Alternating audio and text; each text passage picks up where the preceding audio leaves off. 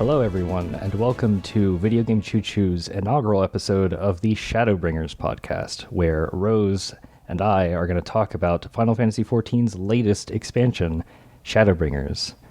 I hope you're ready, because we have a lot to say. Fuck yeah, we do. It's a big game. So, just to set things to start, we won't be talking about any spoiler stuff until the second half of the podcast. So if you're still going through the main scenario quest and you don't want any spoilers, you can still listen to the first part of this podcast and you won't have to worry about us spoiling anything. Yeah, I'll probably even, when I edit this, separate it with some music or something so you'll really know. So the first part's just going to be talking about like the content that they added with Shadowbringers, apropos of story elements. So what do you want to talk about first? We both did Dark Knight. So do you want to start with our joined feelings on Dark Knight?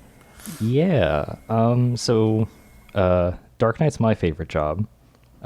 When I was a wee child in this game and I was leveling, I saw that Dark Knight was in the game and I was like, cool. And then I saw it was a tank and I was like, I'm terrified, but I'm going to bite the bullet and level up Paladin through 2.0 and get a feel for tanking because I wanted to be ready. And I enjoyed it in Heavensward. It was the first tank that I took into like end game content. It's the first job I took into end game content. And then I kind of liked it in Stormblood. It just kind of felt it didn't feel as nice as Paladin and Warrior.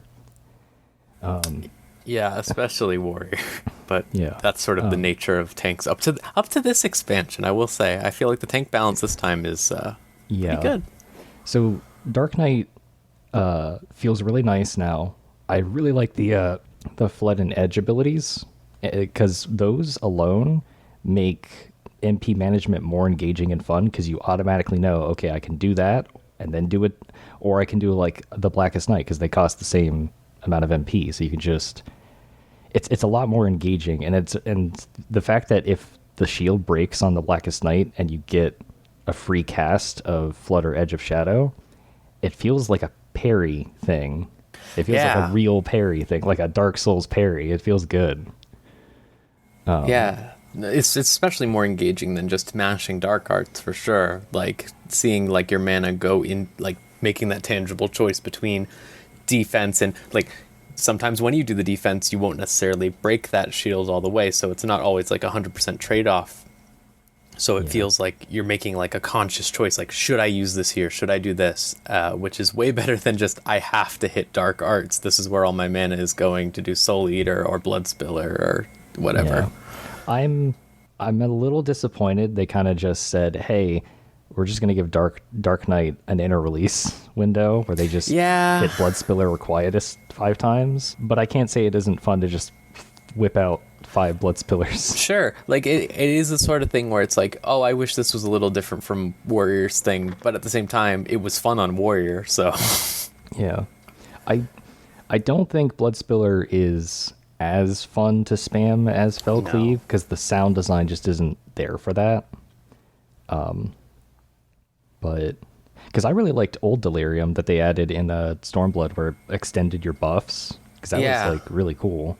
It was certainly better than first Delirium, which was Dragon Kick. So I never used first Delirium because no one did. I was always in a party with a monk, and they had to use Dragon Kick for their rotation. Yeah. And so I never had a need to use Delirium. So I was already used to Dark Knight only having one combo back in Heavensward because I was off tank. So my biggest complaint with Dark Knight right now is still legitimately that they only have one combo still. Mm-hmm. That was something I had an issue with in Stormblood. Especially because in Stormblood they removed the DOT skill. They had Scourge. I love Scourge. And what I had always wanted was, I had said this back in Heavensward, they should have added another combo finisher for Dark Knight, or another combo or something that applied Scourge. Sort of like a Riot Blade combo for Goring Blade on Paladin. Because or like to have something that feeds into the blood gauge more or something like that, or does something like I I feel like if they had like one extra combo, that class would be like perfect. Yeah, I agree. I had the same thought in Stormblood, where it's like it would be cool if like I had a combo that added Scourge. It would be just like Paladin in a sense, but I mean, if we're going to be giving them in a release, we can give them Goring Blade, you know? Yeah. Currently, Dark Knight's like the lowest tank in terms of like overall DPS, which I think is fair given how powerful the Blackest Knight is. Yeah, between the Blackest Knight and they have Dark Missionary, same as the other tanks on top of that. So it's like they're on the same playing field as the other tanks, and then they have the Blackest Knight on top of that. Yes. As well as, to an extent, Frey is free DPS, sort of. Like, in situations where you might not be able to otherwise. Mm-hmm.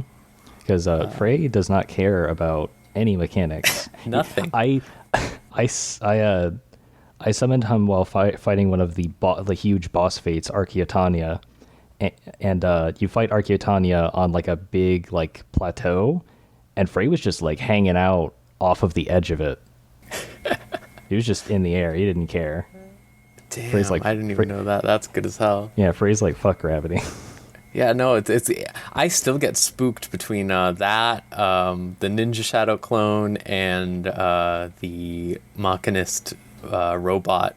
I get fucking horrified and think someone's dying every time. Like I'm leaving an AOE and they're still there punching the boss or something. I'm like, oh no, because the name turns gray. Yeah, it's like, oh no. But yeah, I think Dark Knight's in a much better spot than it was in Stormblood, and that's coming from somebody who liked Dark Knight and Stormblood. Yeah, as weird as this is to say, this is just the nature of at that point, none of my friends tanked or none of my friends tanked. So even though I'm like a big DPS person, Dark Knight was probably my most played Jaw Blast expansion. Yeah, it's just how it worked out. Like I did it in Omega and stuff like that a lot of the time. Gotcha. And plus, quick cues for expert, and you know, not anymore. But you know what? I'm glad for that, because the thing I kept saying for a while now is like I wanted more people to get into tanking because it's a very easy role and it has the lowest amount of responsibility like at any point in the game. Yep. Like the most intimidating thing about tanking that I've always said is like it's more about trusting random people online rather than like your own skill as a tank, especially in the early game. And even when you get to the end game stuff, like you don't have to meet DPS checks. That's not your job. You don't have to keep people alive as hard as healers do. You have the tanks all have more party mitigation now, but you don't have to deal with like huge heal mechanics. Yeah, and I'm honestly glad that I kind of wish they had more, almost, to an extent, because I cannot stress enough how much my favorite part of tanking is mashing, like, Dark Missionary, or Heart of Light on Gunbreaker, or doing the Paladin, like, shielding everyone from the big attack. Like, it feels good to, like, be like, I'm helping everyone. Like...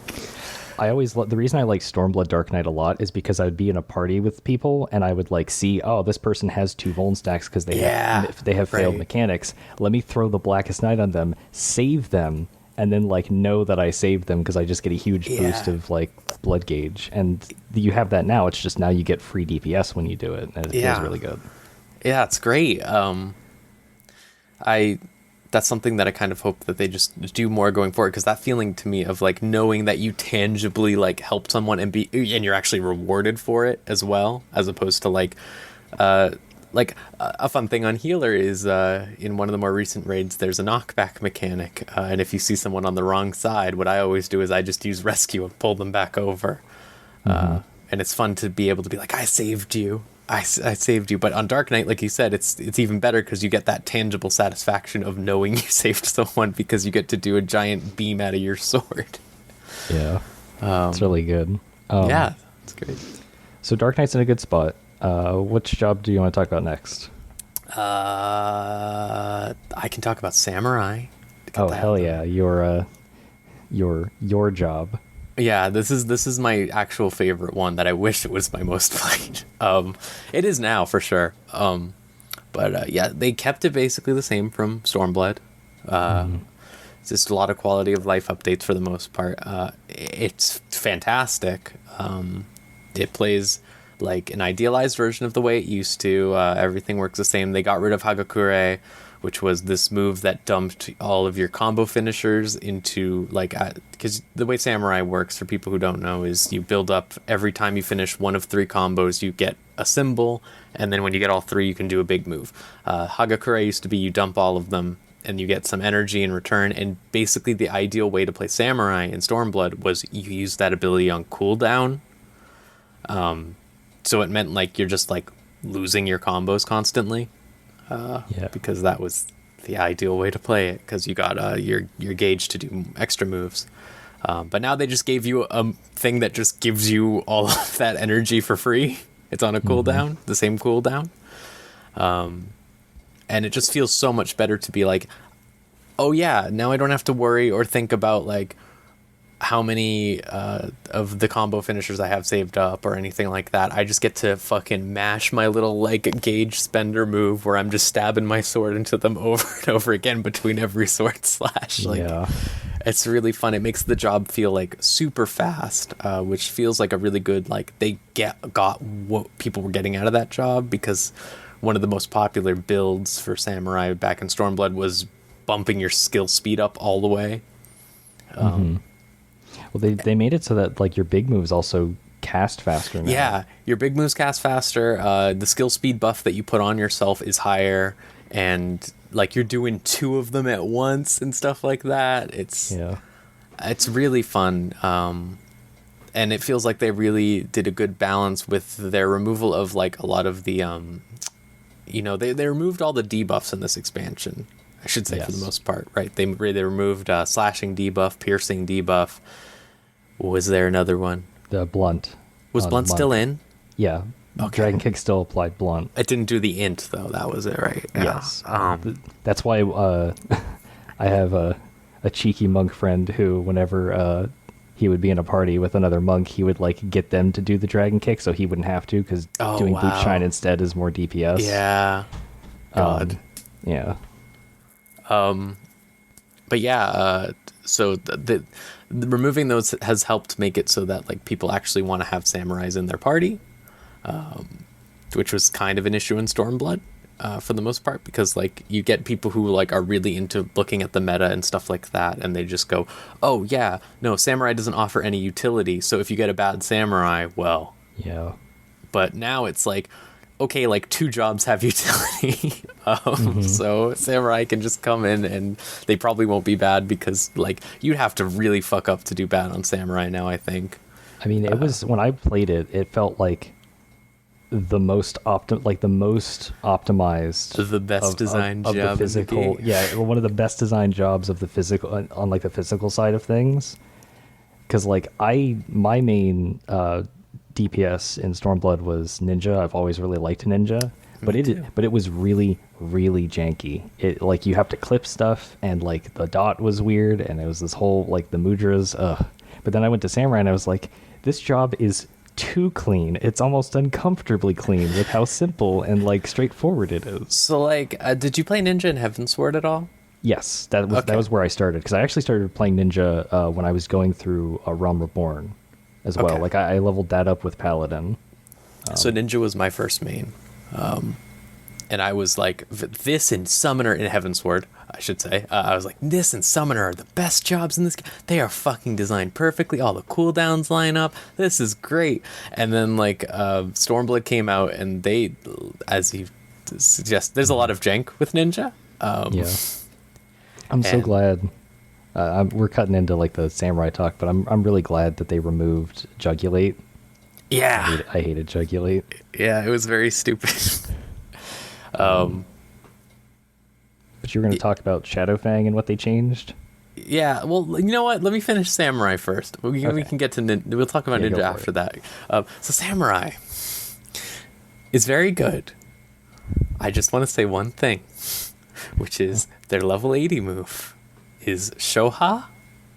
It's a move that when you do the meditate thing, which is in the middle in combat, usually when a phase transition is happening, when you can't do any damage, you could do this in Stormblood too. You meditate, you stand completely still for like 20 seconds, and you get you used to get gauge for your special moves and stuff like that, but now you get stacks up to the whole duration when you get 5 stacks, and then you can use this attack called Shoha. It does more damage depending on how many of the stacks you have. You get 1 stack every 4 seconds or something. It does fucking no damage. Like, on a class like Samurai, which is like, sort of said, like, high damage, doing big numbers, doing like the newest, one of the main things that they added that's like the hype move in this expansion is you repeat your like Iaijutsu special move, which is like one of the highest damage dealing moves in the game. It does like 80,000 damage or something. Like, it's insane. And then like now you can do 2 of them back to back, and just seeing like those huge numbers go out, and it's like, so like, yeah, those do like 80k damage for me, right?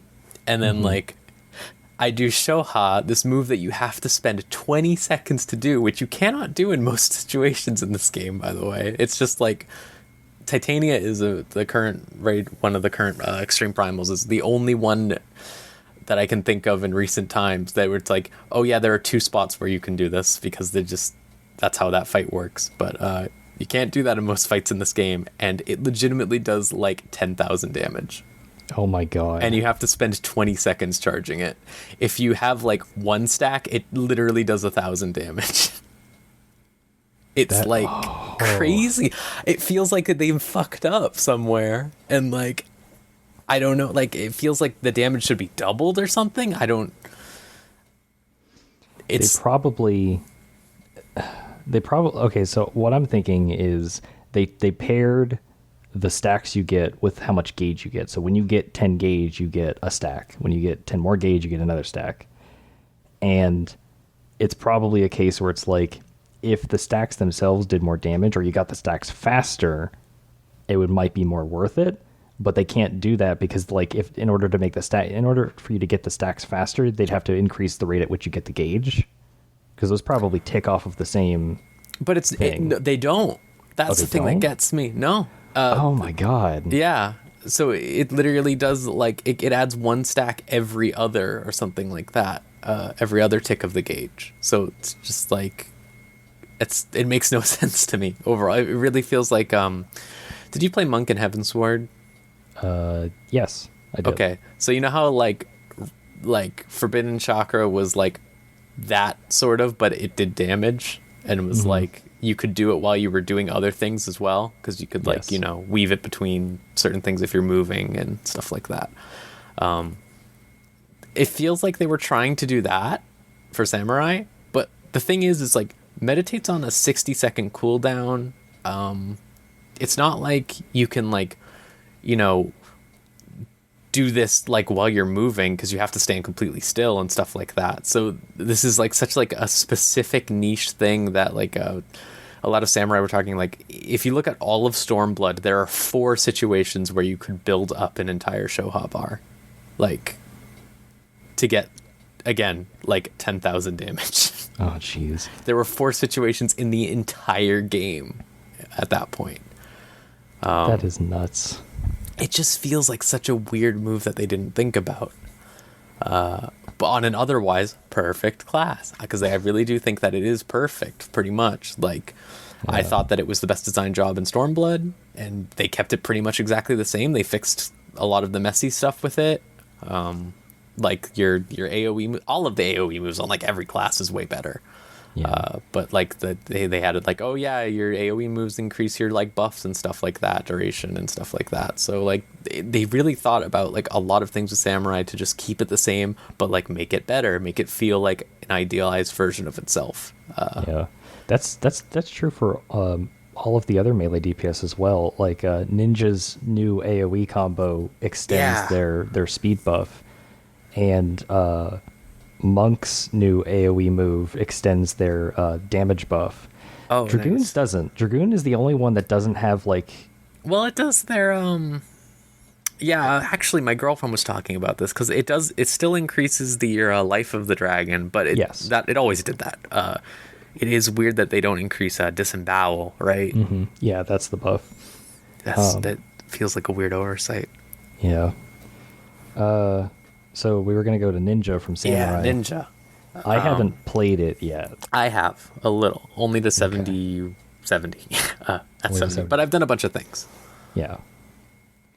You're happy that Shadow Fang is now like a 1-2 combo instead of a 1-2-3 combo, Like it used to be. I like it feel so used to be. vindicated. Does it feel better now that Mutilate is gone? I mean, Mutilate's been gone since. Yes. But Yeah. Oh, so I get what you mean. Yeah. yeah. Like I definitely miss Mutilate. At this I point. I kind of do too, because back in Heavens, where a lot of like almost every job basically had a button you would press where it's like, here's a dot now, and I was Yeah. like Warrior had a dot like that, Dark Knight had a dot like that, Ninja had a dot like that, and I was like, okay, I get it, but in Stormblood, most of those jobs got that removed entirely. Yeah. And so the only real dot jobs were Bard and then Summoner and Scholar. Yep. And with Ninja, like I kind of feels like it could be a dot job, you know? It could be. Yeah. Like it feels like they should do one for each role. If, Yeah. In my opinion, feels kind of weird to think that Paladin is that now, huh? Damn. Yeah. Like, but well, I guess Gunbreaker has two, huh? Gunbreaker has But they're like cooldowns. yeah, compared you just use them every 60 seconds. There's no like job mechanic component based Yeah. around them. But yeah, I do kind of wish that they would make Ninja into a more like, because that feels like it would fit the whole thing of Ninja, right? Like, as like, oh, they're the poisonous trickster, you know? Like, that's sort of what like Ninja is like. Do you remember having to manually apply your poisons on your blades? I do. I remember always, well, I remember most of the time using Kiss of the Wasp and then, or Viper, I think, right? No, Wasp. Wasp was the healing one for Mug. And then Viper was the fucking... Turns Jugulate's silence into a stun. Yeah, and you had to be like, okay, so you have to put Viper on for this fight. So, because you need to silence something. It was just and it was neat, but it was very clunky. Yeah, it felt like exactly like we looked at how WoW Rogue works. And we put that in. Yeah. Because that was how WoW Rogue worked for a long time as well. And then in Stormblood, they removed that needing to manually apply poisons on your blades, and they just gave you a trait called Dripping Blades, which just was like a damage increase. But now that's removed, and like they've moved away from like the poison aspect on Ninja, which is very strange. And I think it would be cool if they added like some sort of poison stuff or something. Yeah, some poison thing. Like, give me poison breath. Give me a poison breath attack. That'd be cool. Yeah, that would be good. Like, just like, I feel like something that they're leaning maybe a little too much with Ninja, especially recently, like in this expansion and last one, is the ninjutsu. Whereas, like, I feel like, especially considering the last couple job quests we're talking about, like the synergization of rogue, which Ninja comes from. You start as a rogue, and like how like rogue is, and then how ninja is, and they were talking about like, oh yeah, you as a ninja, you're like a combination of the two. Like Dream Within a Dream is called that because it's combining like whatever the slashing techniques of both. And it's like I kind of wish that they would lean back. Like maybe next expansion or something, lean into a little bit of the rogue stuff. Have you do like some traps and stuff, smoke bombs, you know, like have a poison smoke bomb or poison breath or something. Like, yeah, I think it would be cool to get back into that because I feel like right now Ninja's kind of a little. I like it personally, but it's a little weird, because their damage is lower this time around. Yeah, it's weird because when the media tour happened back in like May or April, we were like, oh look, Ninja's got like a huge amount of potency buffs, so they might be, because they were kind of like middle of the road DPS in Stormblood, but they always had trick attack. But they always had trick attack, and that's like then Shadowbringers comes out, and we find out, oh no, Ninja's actually one of the third lowest DPS, which because of trick attack. I get it. And the thing that I've always liked about Ninja, the reason it's always been like my favorite of like the melee DPS is because it specifically isn't that thing you see in every video game where the ninja, assassin, rogue, thief character class is like, I do all of the damage. You want to kill something instantly? That's, you come to me. And ninja in Final Fantasy XIV has never been that. It has always been more of a support DPS role, and they've removed all of its like support abilities. Like in Stormblood, they gave goad to everybody, so now every melee job can give other jobs TP. And then in Shadowbringers, they removed a lot of its crowd control, because now we just kind of have like everybody gets a stun who's melee, and then everybody gets interject, which is just like an interrupt that stops casts for certain attacks. And enmity as well. And then they removed the aggro tools that Ninja had, but which it still has trick attack. Kind of a good thing, I will say. I'm glad that all the aggro stuff is gone. But yeah, it does. It removes that aspect where it's like a ninja was crucial before, right? Like, why wouldn't you take a ninja into any raid content where you get this 10% damage buff every 60 seconds, you get aggro tools so your tanks can do more DPS, you get like the stun, the silence, like they could do fucking everything, and it did feel like that support thing. And obviously in Stormblood, I feel like it was probably too good at that stuff. Like, to the point where the meta always was, right? Like ninja, bard, dragoon, whatever caster has the most damage right now. Which is like summoner, and sometimes red mage, and then not red mage, and then it was summoner again, and then it bounced around a bunch. Yeah, it was like red mage if you're progging, then it's like summoner if you want to clear fast, and it's like black mage if you want to clear really fast and you have a good black mage. Yeah. But I like all of the new stuff Ninja's gone, except for the fact that they make me have to remember how to do Hyoton for the first time ever in my entire life. Oh, that's I can't wait for that, because I have that stuff down on muscle memory, so I can, so like I've actually used Hyoton for actual real, like used it in. You are sick. So like in Stormblood, they added like Eureka content, which was just like you go to this island and there's 4 different zones, and the thing is like it's like playing like an older mid-aughts like MMO. It's playing Final Fantasy XI. It's like playing Final Fantasy XI, where the mobs hit for a large amount of damage, and they have a much longer leash range. So a lot of times you can't just run away if you start eating shit. Like you have to know, can I take this thing down? And so it's very unsafe to go around solo. And how players organically played that content was people would develop fate trains where they would go from one event to another on the world, and basically like there'd just be these huge trains of people just moving in between. But if you weren't a high enough level and didn't get far enough into that part of the map, you had to walk essentially. You had to you couldn't get on a mount and just go there faster. And so a lot of like newer players would go through these high level areas and aggro mobs and who would kill them. So what I would do is I would always play ninja, because a bunch of people in Eureka always played red mage, because me too. The thing with Eureka is if you died and you recalled yourself, you lost XP, and you could even D-level, and it's the only place in the game where you can D-level. So a lot of people played red mage because there was a real risk, because nobody wanted anybody to D-level, because that's just very demoralizing. But I played ninja because Hyoton, I could do it and then like bind mobs that were aggroed on lower level players, so that the lower level players could run away and the higher level players could like take aggro and nuke the thing down before it caused more problems. That's a high level play. And that's the only time I've ever used Hyoton. You want to know the only time I ever used Hyoton? When I accidentally hit the buttons in a raid because I was nervous. That's the only time I've ever used Hyoton. Oh, jeez. But now we have to use it because they shoot the big shurikens for some reason. Hyosho Ranryu. Looks good, though.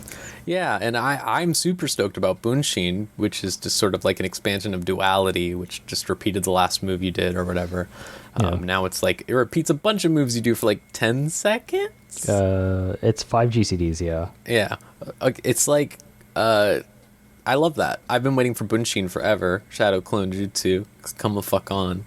Yeah. I kind of wish it was like it was in the job quests, where, and kind of like how Monk has this move in WoW, where you just summon 2 clones of yourself and they just do everything you do for like 10 seconds and you all fight or whatever. This is a little less cool, but it's still cool. So, It's kind of emblematic of the thing that I've wanted since I got Ninja up to level 50, which is, when do we get the 4th Mudra? yeah. So,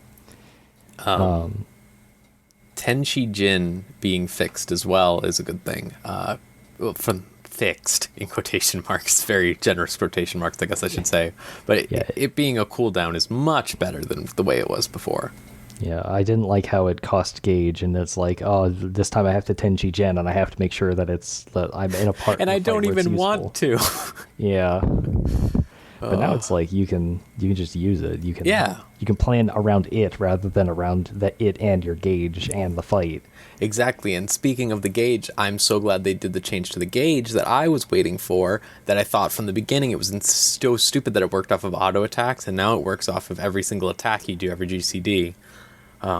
So I'm a bastard, man. Oh, I'm going to throttle you, huh? What are you fucking going to say? I liked that it was based off of the auto attacks only because it made it distinct from Samurai. However, that was part of the jank that we mentioned earlier with Ninja, where you had to make sure you had uptime all the time, just like Monk, to generate gauge. And so, like, I'm not mad about this change. I'm not upset. I think it's a good change. But it also kind of just makes Ninja a bit more like Samurai, which honestly is fine. Yeah. Because they're kind of both like the Far East jobs. But I didn't even realize that it was like a bad change until I realized, like, oh, people hate this. And I was like, oh yeah, I can see. Okay, yeah, that makes sense. I hated it, like, really bad, like, because I do like the idea of having, like, to keep the uptime, but I think the GCD thing is enough. Like, I can hear you with the Samurai thing. For sure. It's a necessary change, though, and I can't wait to play Ninja, because it'll probably make it feel a lot better, and then I'll go like, oh yeah, this is way better. Yeah, I mean, even just the Shadowfang change feels so much better, because, like, if you don't have to... Well, first of all, there's 2 changes to the Shadowfang thing. One being that you don't have to do it before you do Trick Attack now.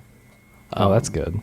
So you can just do, like, you know, a normal Aeolian Edge before you do your... I mean, actually, since Suiton lasts forever, you can do one Shadowfang, and then you can either do Trick Attack instantly, which you probably should, or you can just go for a while and wait for everyone else to build up and then do your Trick Attack. Oh yeah, the Suiton lasts for 20 seconds now, I think. Yeah, it's 20 as opposed to 10. Yeah. So you have like all the time in the world to do stuff. It feels like forever. Like, it's only a difference of 10 seconds, but it changes everything, for real. Now if only they could make it so that Mudras weren't like ping reliant. Yeah. I really feel like they should just like remove the rabbit Mudra thing. Like, it's a funny goof, but I feel like it should be like you can press 10 and then you can do like a GCD and then Chi, or 10 Chi and then do a GCD, and then you can cast your ninjutsu rather than like breaking it. I mean, it's a really brutal punishment compared to how every other job in the game now is, right? Like, for example, like in Stormblood, they Summoner's Fester move used to be like, if your DOTs ran out just as you were using Fester, you lose an Aetherflow stack, you don't get your Bahamut move, and it does no damage. And then they changed it to be like, oh yeah, it does like a little damage now, and you still get your trail thing that you need for Bahamut back then. Yeah. Which was like, oh, this is good because it means like, if you accidentally fuck up, you're not fucking yourself for the next 2 minutes. Yeah. So yeah, it's a little brutal. You want to shift gears and you want to talk about Machinist? Oh, sure. Yeah, Gears. Because I have leveled Machinist up to 80. All right. It is so good. I played Machinist in Heavensward and I loved it, and then I played it in Stormblood and I loved it, but a little less, and I've played it in Shadowbringers and it is the best it has ever been. That's very good to hear. I've played it exactly once at 70 right now. I mean, like in Shadowbringers, in Orbone Monastery. And that job is fucking fun as hell and feels way different than... I mean, I was going to say Machinist. I'm not going to get yelled. I know. Fuck it. I'm going to call it Machinist. I'm going to say Machinist. Who Machinist. Words are made up, and they're we made up. How they're used.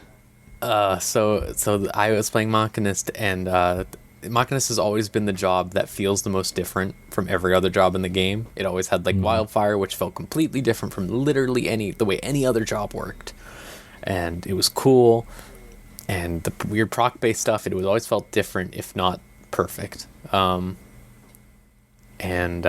playing it now is like, it still feels completely different, but in a way funner way. In like a way that is like chaotic and really satisfying to master. Oh yeah, I think it only gets better too. Like, you get more AoE options, you get the robot, you get like new Wildfire is so much better.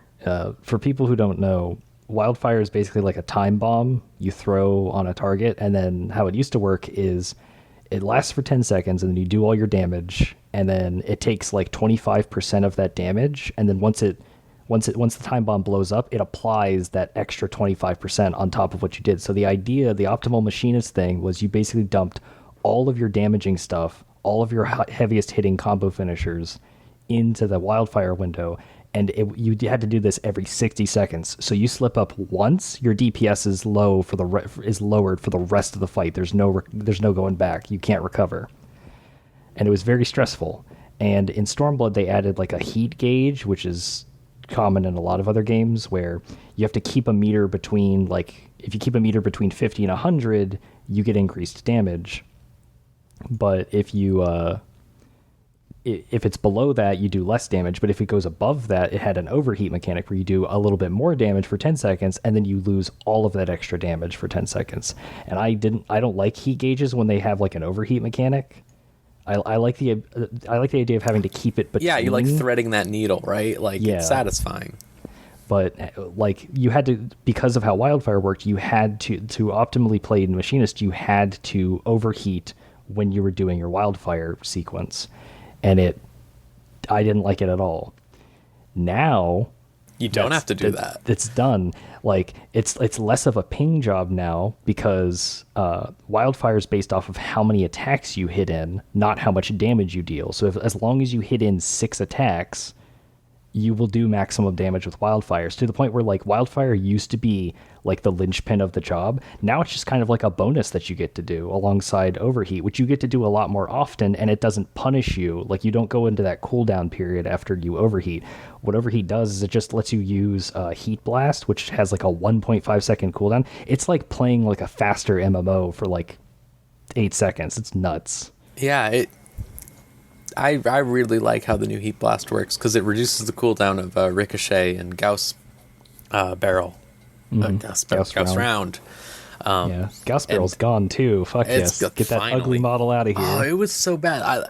I feel like they admitted their fucking defeat in patch 3.1, I think it was, where they were like, so we added a toggle, and it hides Gauss Barrel for you. Just for you. Okay. It's hidden now. And it was like, everybody uses that.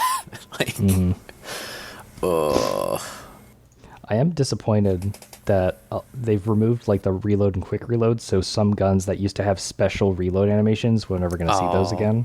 Oh, because I really like the Dreadworm handgun one. But yeah, overall, Machinist is good. Yeah. If you want to use gun, play Machinist. It's really fun now. It's less of a ping job. It feels like it has like some parts of Warrior and some parts of Summoner. It's great. There's Drill. You have a Drill. Drill is the highest damage move in the game now, I heard. No, it's 700 potency. Yeah, but you're always getting a crit direct on it, is the thing. No. Pretty much.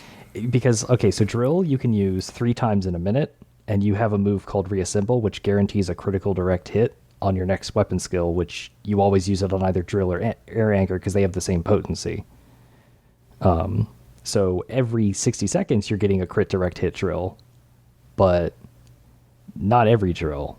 That's okay, fine. But I think the reason I'm saying this is because people determined that it goes the highest in Eureka when you do all the boost shit and all that stuff. Oh shit, okay. It does the most. It does way more than Madare does because of the damage cap stuff or whatever or something. I mean, it's a Drill. I mean, it's a giant. It pierces the fucking Heavens. Sure There you does. go.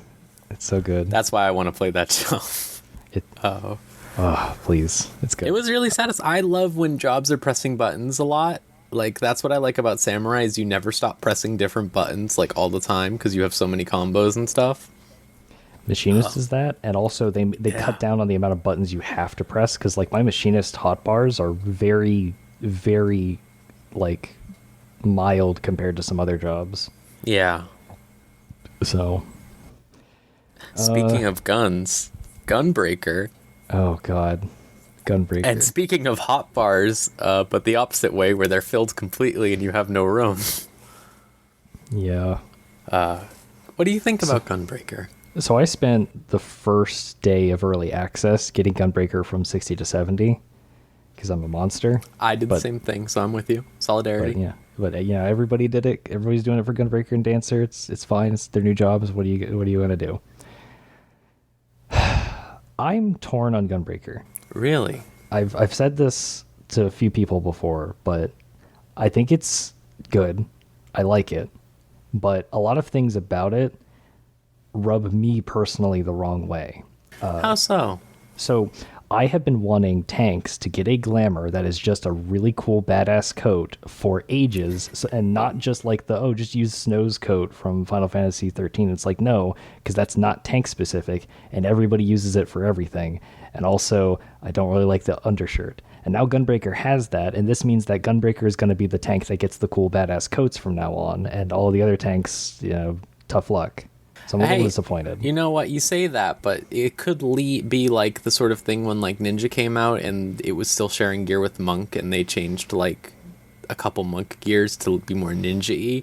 You might end up getting that, where it's like, we make more Gunbreaker style things sometimes because Gunbreaker's one of the tanks, I just don't want them to have a thing where it's like Gunbreaker, like we have Paladin's the armored one, then Warrior has like the furs and leathers and stuff, and then Dark Knight has the edge armor, and then Gunbreaker has the coat. You want to know something? What? They need to fucking remove glamour restrictions. I'm standing on this hill and I'm saying it because I am sick of it. I am sick of it so much because we could have that coat on everything. Yeah, the Disciple of Land coat. Yeah. No, I will.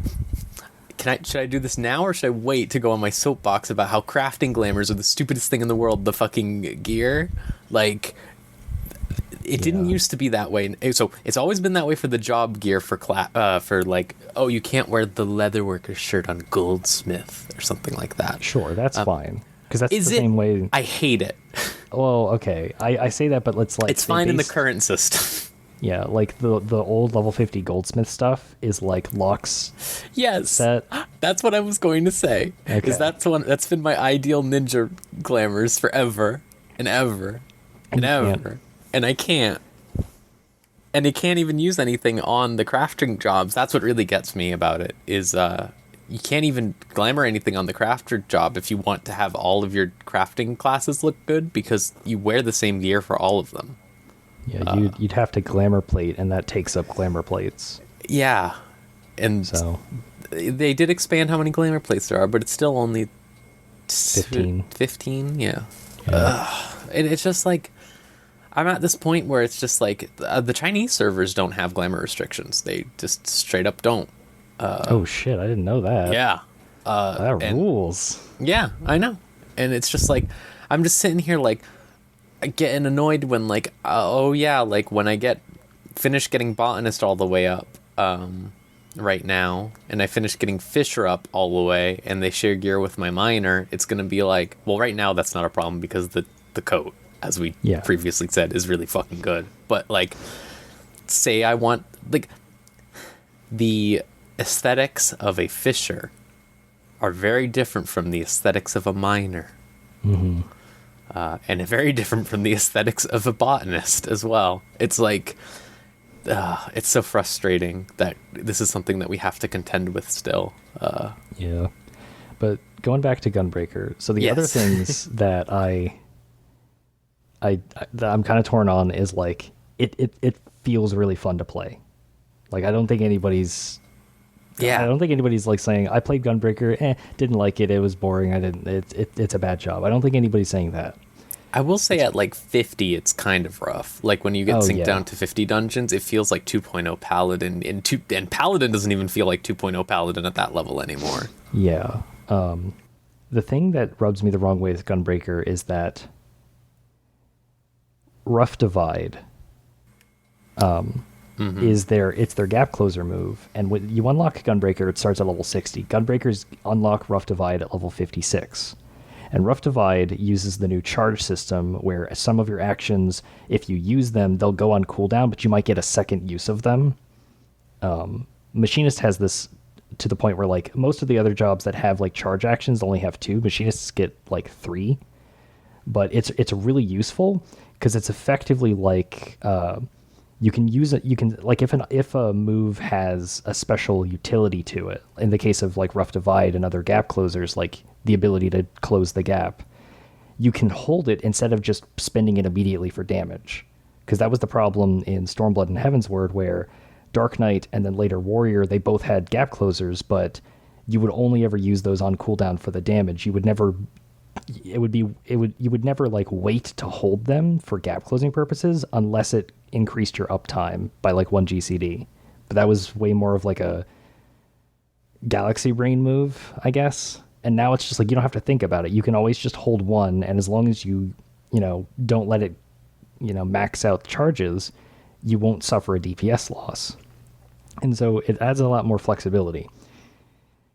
They gave Paladin Intervene, which is a gap closer, and they also gave Dark Knight's original gap closer, Plunge, 2 charges.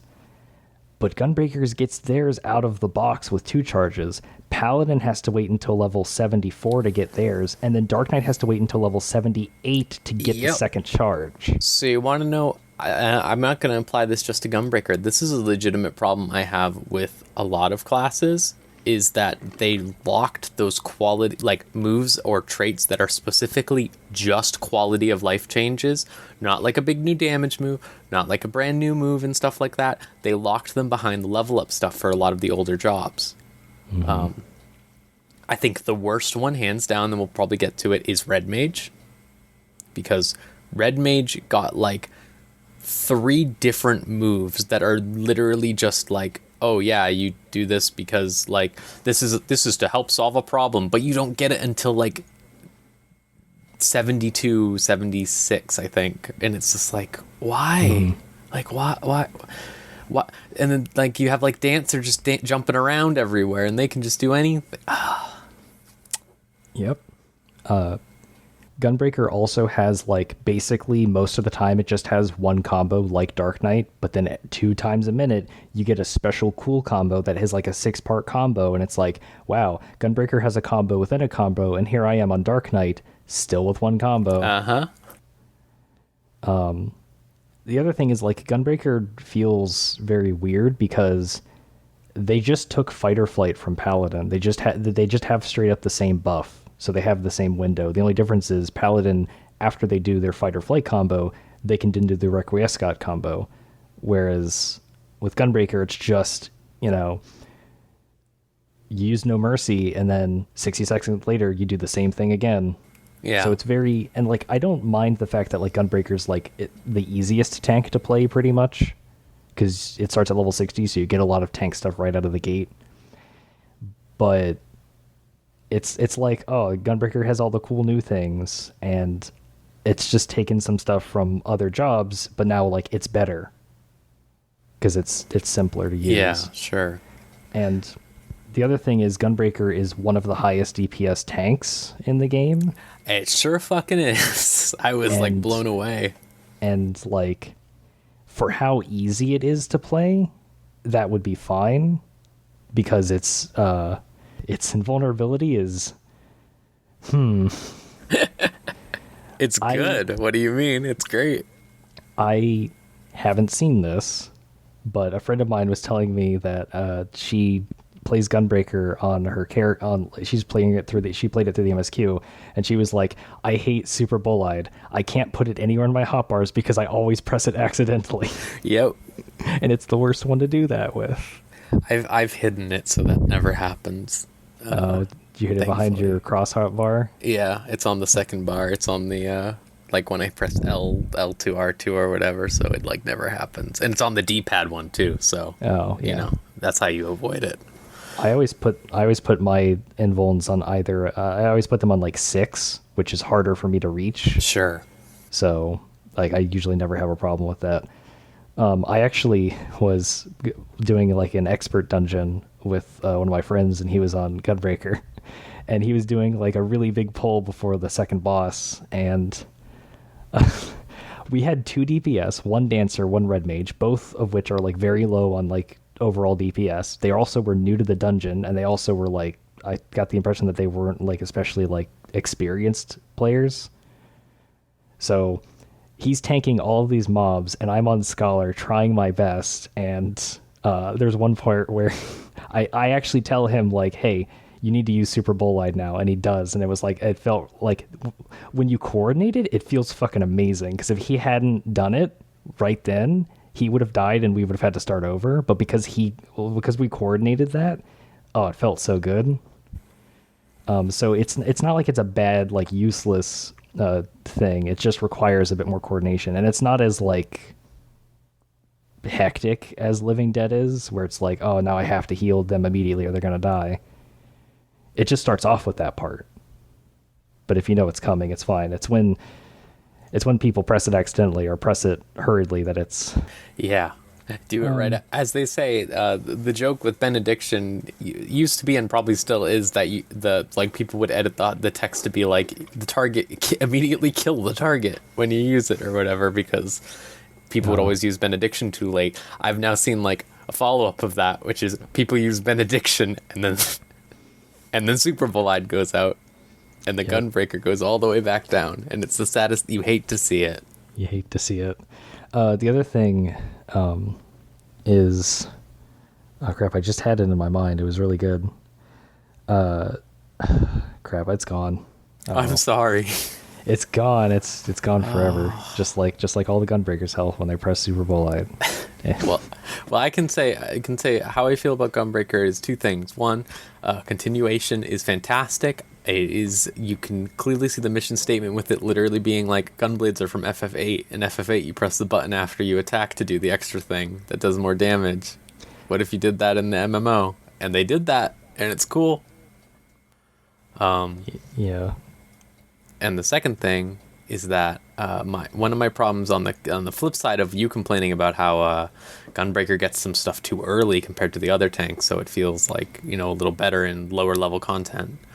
The fact that you don't get the AoE dump for cartridges until 72 is like, what? Yeah. It's the other thing is, like, once you reach level 76, you have the job. You have the job, yeah. You have the job, because like the level 80 move, and this is another thing that kind of should be applied to other jobs, is that like Gunbreaker at level 15 gets Danger Zone. And it's just a single target. You hit them with the sword, and it does big damage. At level 80, that gets upgraded to Blasting Zone, and then it just does way more damage. It does like infinity damage. And so it would be really nice, going back to like how a lot of jobs don't get those quality of life changes until like you get to the later like levels. So many jobs would benefit from having like because like when I was leveling up casters for the first time, like I was like, okay, I'm on red mage and you get jolt, and then it's like I leveled up and it's like, oh, jolt upgrades to jolt 2, and it's just stronger now. It's like, why don't the physical jobs just have this? And some of them do now. Like Bard has burst shot now. Yeah, and Dark Knight has the flood, the Edge of Darkness, and whatever the flood. Yeah, the flood. They upgrade. Yeah, they upgrade, and they should do that for more stuff. Yeah. And I think that would go a long way in helping. I think as Niall has said on the website recently, since he's been going through the game as a new player for the first time, the leveling experience in this game has only gotten rougher over the years for new players. Yeah. And jobs just feel worse and worse. And I know that they've said they're going to look into it, but I think doing stuff like that could go a long way into not only like feeling better, but also like teaching players how to use their jobs not until the fucking like 300 hours in, you know? Like Yeah. it feels so strange to me that the way that you play Gunbreaker at 50 is completely different from the way you play Gunbreaker at 60, which is then completely different from the way you play Gunbreaker at 70, which is like, that shouldn't be the case, you know? Like, it should teach you it should give you the core mechanics of the job within like the first 30 levels. Yeah, and then upgrade it and add some bells and whistles. Yeah. Like, that's just kind of just how hey, look, that's how Black Mage works. Exactly. Yeah. You want to talk about Black Mage now? Sure. So I haven't touched it yet, but I love Black Mage. It's always my like, like, am I allowed to have fun and be a DPS? Are we not taking this super seriously? Okay, I'm going to be Black Mage and do 1,000,000 damage because I love this. Black Mage is still great. I have it up to 78.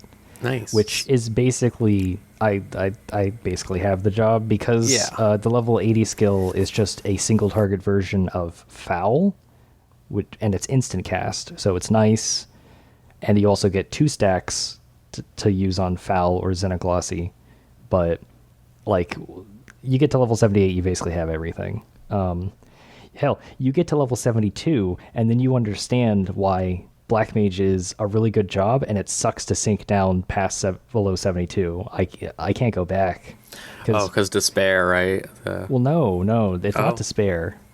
Despair's a nice bonus. So Despair is a new... I know what you're talking about. Yeah. So Despair for Black Mage... Black Mage's level 50 skill is called Flare, and it was this big, huge damage nuke that did like 1 billion damage in an area. But they subsequently nerfed it in Heaven's Word and Stormblood, where the catch with Flare is it does a lot of damage, but it drains all your MP, and so you have to switch back to your ice form in order to recoup those resources. So like, you would still use Flare in Stormblood for dungeon pulls, but you wouldn't really ever use it for bosses. Well, Despair is a single target version of that, so it does more concentrated damage on one target, but you get it at level 72, which is the same level you get Aspect Mastery, which is a trait that makes it so that if you're in fire form, all of your ice spells cost 0 MP, so you can switch to them freely, and vice versa. And it feels incredible. So now you can use Flare constantly in big pulls. Like, the big pull is like fucking triple cast, Flare, Mana Font to get more mana back, and Flare again, then you go to Blizzard 3, then you do Blizzard 4, then you hit Fire 3 to go back to Fire, and you just keep doing flares. That's all I'm doing. I don't even care about like Thunder 4 really, because fucking Flare is just so fun to cast like repeatedly nonstop. It's great. And then like, because that exists, Despair is effectively like your Fire form finisher. You do all of your Fire 4 attacks, and then like, when you have like this tiniest amount of mana back, I think you can have the minimum of like 800, you just cast Despair, do this big nuke, and then you're done with your mana and you go back. So like, because it doesn't cost mana to go from one form to the other, you're using all 10,000 of your mana in your Fire form. None of it's getting wasted and having to transition. So when you go and you sink down and you play lower level Black Mage, it sucks. Yeah, I remember learning that was a trait and getting very bummed out when the patch notes came out, because when they were talking about it in the live letter, when they were going over job changes, they just seemed to imply that was how the class was now. I was just thinking, it's like, honestly, it should be. It should be. It should be. It shouldn't be tied to level 72. It should just be like a thing where when you have 3 like, make it like whenever you get like the 3rd stack, I think it's level 40 is when you get the trait. It should be that early. So absolutely. There's also a new like utility move, Umbral Soul, which you just use in between pulls, because it not only like, it kind of works like Transpose in that you would use it to maintain your fire and ice forms, but Umbral Soul just gives you 1 stack of the ice form, but you can stack it up to 3 times, because Transpose only lets you get the first stack, and you basically just swap between them. But Umbral Soul gives you all 3 stacks, and it gives you 3 Umbral Hearts, which is a resource you use to make your fire spells cost less MP, which means more Fire 4s. It feels really fun, and it's noticeable to the point where it's like on Black Mage, on a DPS job in dungeons, I'm getting commentations because we're clearing dungeons way faster than anything. Which is kind of what you'd hope that Black Mage would have been like, you know, in the past, right? Like, it was always like on the high end for sure, but never like to this degree. Like, it feels like they really finally nailed that, I think. Yeah. I think if you want to play a damage job and you want to do the most amount of damage, you want to play Black Mage. Or Samurai. Or Samurai. They're basically the same now. I've like looked at their numbers. They're basically like neck and neck all the time. Yeah. It's just like, you want to hit things with the sword or you want to blow stuff up? Yeah. So. Yeah. I want to do both, so I will. What do you want to talk about next? We can keep it in the magic vein. Summoner. So you've leveled it up all the way? I haven't leveled up all the way, but I've always leveled Scholar, and so I didn't play Summoner in 4.x outside of like the job quests, and I didn't play it in.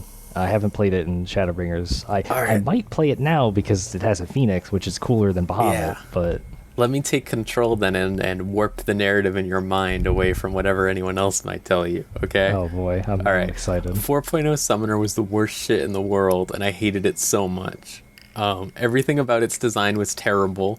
You used Addle, which is supposed to be a fucking support move that you use to reduce damage as a damage dealing move, regardless of whether it's useful at the moment or not, as part of your core rotation. It was bad. They ruined how the Dreadworm Trance worked. You couldn't use Aether Flow during your Dreadworm Trance. It was stupid. Now it's fun. Now it's fun. They basically fixed my problem with it. So the way Bahamut worked back in the day, back in 4.0, is that you summoned him, and every single move you did, including Aether Flow moves, off the global cooldown moves, Addle. Did it work on Lucid Dreaming? No, because it's any move that does something to something else. Okay, so it's any targeted. Yeah. Okay. And so, like, it was just the most hectic thing in the world, and you constantly felt like you weren't doing enough. You had, like, oh no, you can't actually use Addle the right way. Oh no, I can't use Aether Flow on cooldown. Oh no, etc., etc. It was just like this nightmare away from the beautiful masterpiece that Heavensward Summoner was, which was absolutely perfect, and I'll hear nothing else of it because it was fucking perfect, and I played it all the time, and that was my just reward for playing Summoner for a lot of 2.0 as my second job, because I was stupid and I saw the horn and I was like, horn, and then they gave me horns on my person so then I didn't have to worry about that too much. But I gotcha. It was really bad in 2.0. I don't know if you know that, Summoner. When I was back in Heavensward, when I was thinking I should pick up a caster, Summoner was the one that was more interesting to me because I've always liked books as a magical item. Yeah. And I've just never really been into like the caster. Like I never play as them. Like they're always like my last choice when playing games. I've played many Dark Souls, and I've only made like 2 characters who use any amount of magic. This may surprise you, but I regularly play casters. Usually. The first job I ever played was Black Mage in Final Fantasy XIV, because I started before Ninja was in the game. And then, like, that's why I like Samurai so much, because it's a caster. Yeah, it casts sword and kills the enemies. So, new Summoner. They fixed the Bahamut thing. How Bahamut works. Yeah, so now it's every spell you do, which, with the way that Eggies work now, where you mash, like, Eggies get a charge thing, like we've talked about, where you can, like, basically just, like, every once in a while you just mash all of your Eggie moves by doing, like, a Ruin 3, Ruin 2, which is a cast and then an instant cast to do some GCDs, and you, like, just mash those buttons really quick, and then you build up some Ruin 4s, and then you summon Bahamut, and then you do Ruin 4s, which are instant casts, and you're doing Festers and stuff in between. It just, everything feels like a lot better. But the way Bahamut works now, just taking in every spell cast, not those, like, off the global cooldowns, is a lot better. And Yeah, I like it way more. It feels hectic, honestly, kind of like the way Machinist does. Okay. Like where you press so many buttons every 30 seconds. Now you do Aether Flow instead of every 60, and it's an attack now. You use Energy Drain to get Aether Flow instead of pressing Aether Flow. So you're like just taking every chance you get to like cast spell, slam, bam, make sure your DOTs are up, make sure this specific DOT is do this thing, switch between the two trances. The new Phoenix trance, the Firebird trance, is like super fucking fun because it gives summoner a combo. Oh, weird.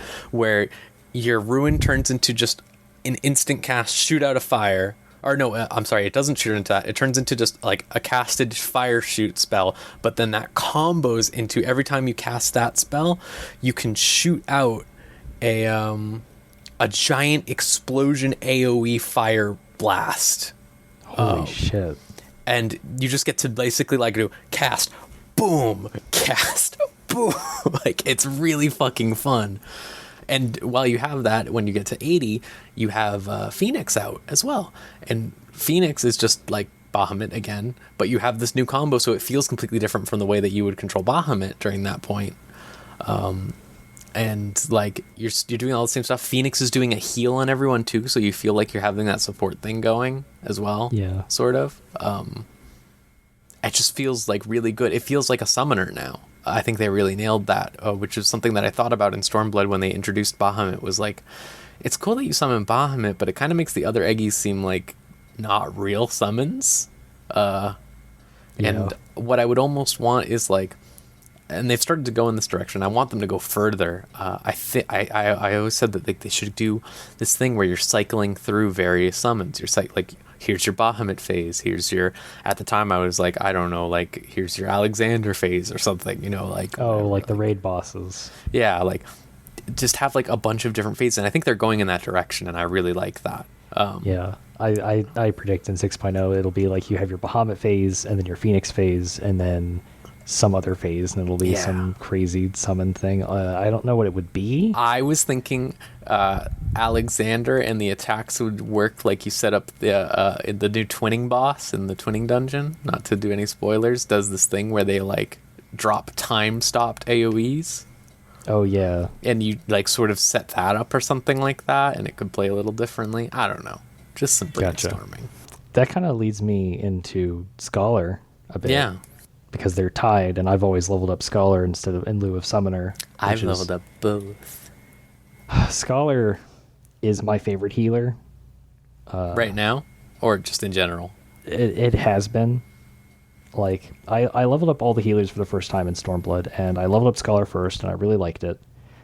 I liked it so much that I went so far as to get, when I was like level 60, I went so far as to go and get the 2.0 relic weapon for it, and it's the only relic I've actually completed on any job, because I just liked how it looked a lot. Last Resort, right? Yeah, Last Resort. It's a really good one. It's really good. And I was leveling, so I picked up Shadowbringers Scholar, and a lot of people have many opinions about healers right now, Scholar especially. A lot of scholars are dissatisfied with it. They have stopped playing it. They've picked up White Mage instead. A couple friends of mine are like, I'm not really enjoying Scholar. The Scholar main friend I have is like, I'd rather just play Dancer, but I don't really want to play like a DPS in content. Because he's so used to playing, Scholar. I initially was like, I got it. I was playing this, like, oh, this feels really different from Stormblood Scholar. This feels like weird. And then I was getting into it, and I was like, oh, I see what they did now.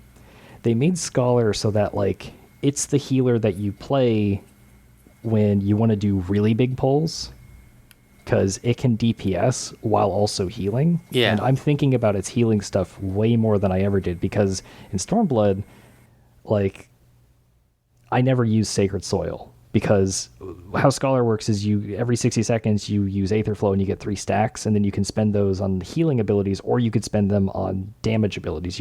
There was one that spread your poisons to other enemies, and there was one that you just did damage and gave you health and mana back. They removed that entirely, so all of Scholar stuff is just healing stuff and support abilities. And I never use Sacred Soil because anytime I use Sacred Soil, that's me not using Energy Drain, ergo it's a DPS loss, ergo it doesn't feel good. But now that like all of its Aether Flow are just support abilities, it's fine to save them. And it doesn't feel good if you're used to old like Summoner or old Scholar. But for me, it doesn't really matter all that much because it's only being used for healing abilities, and if I don't need healing, then I don't use them, and it's fine. It's like the charge system. Yeah, I have one problem with that, and it's that they need to have Sacred Soil, kind of, I guess, is that. They need to have a gauge dump. They need to have something a little bit. I don't want Bane back as that. I want Bane back. I will say that. But you want it as like a cooldown, like as a Summoner cooldown has? like Summoner has. I don't want it to be. I want no damage stuff on Aether Flow. Yes, I'm with you there. I can take or leave Bane, to be honest.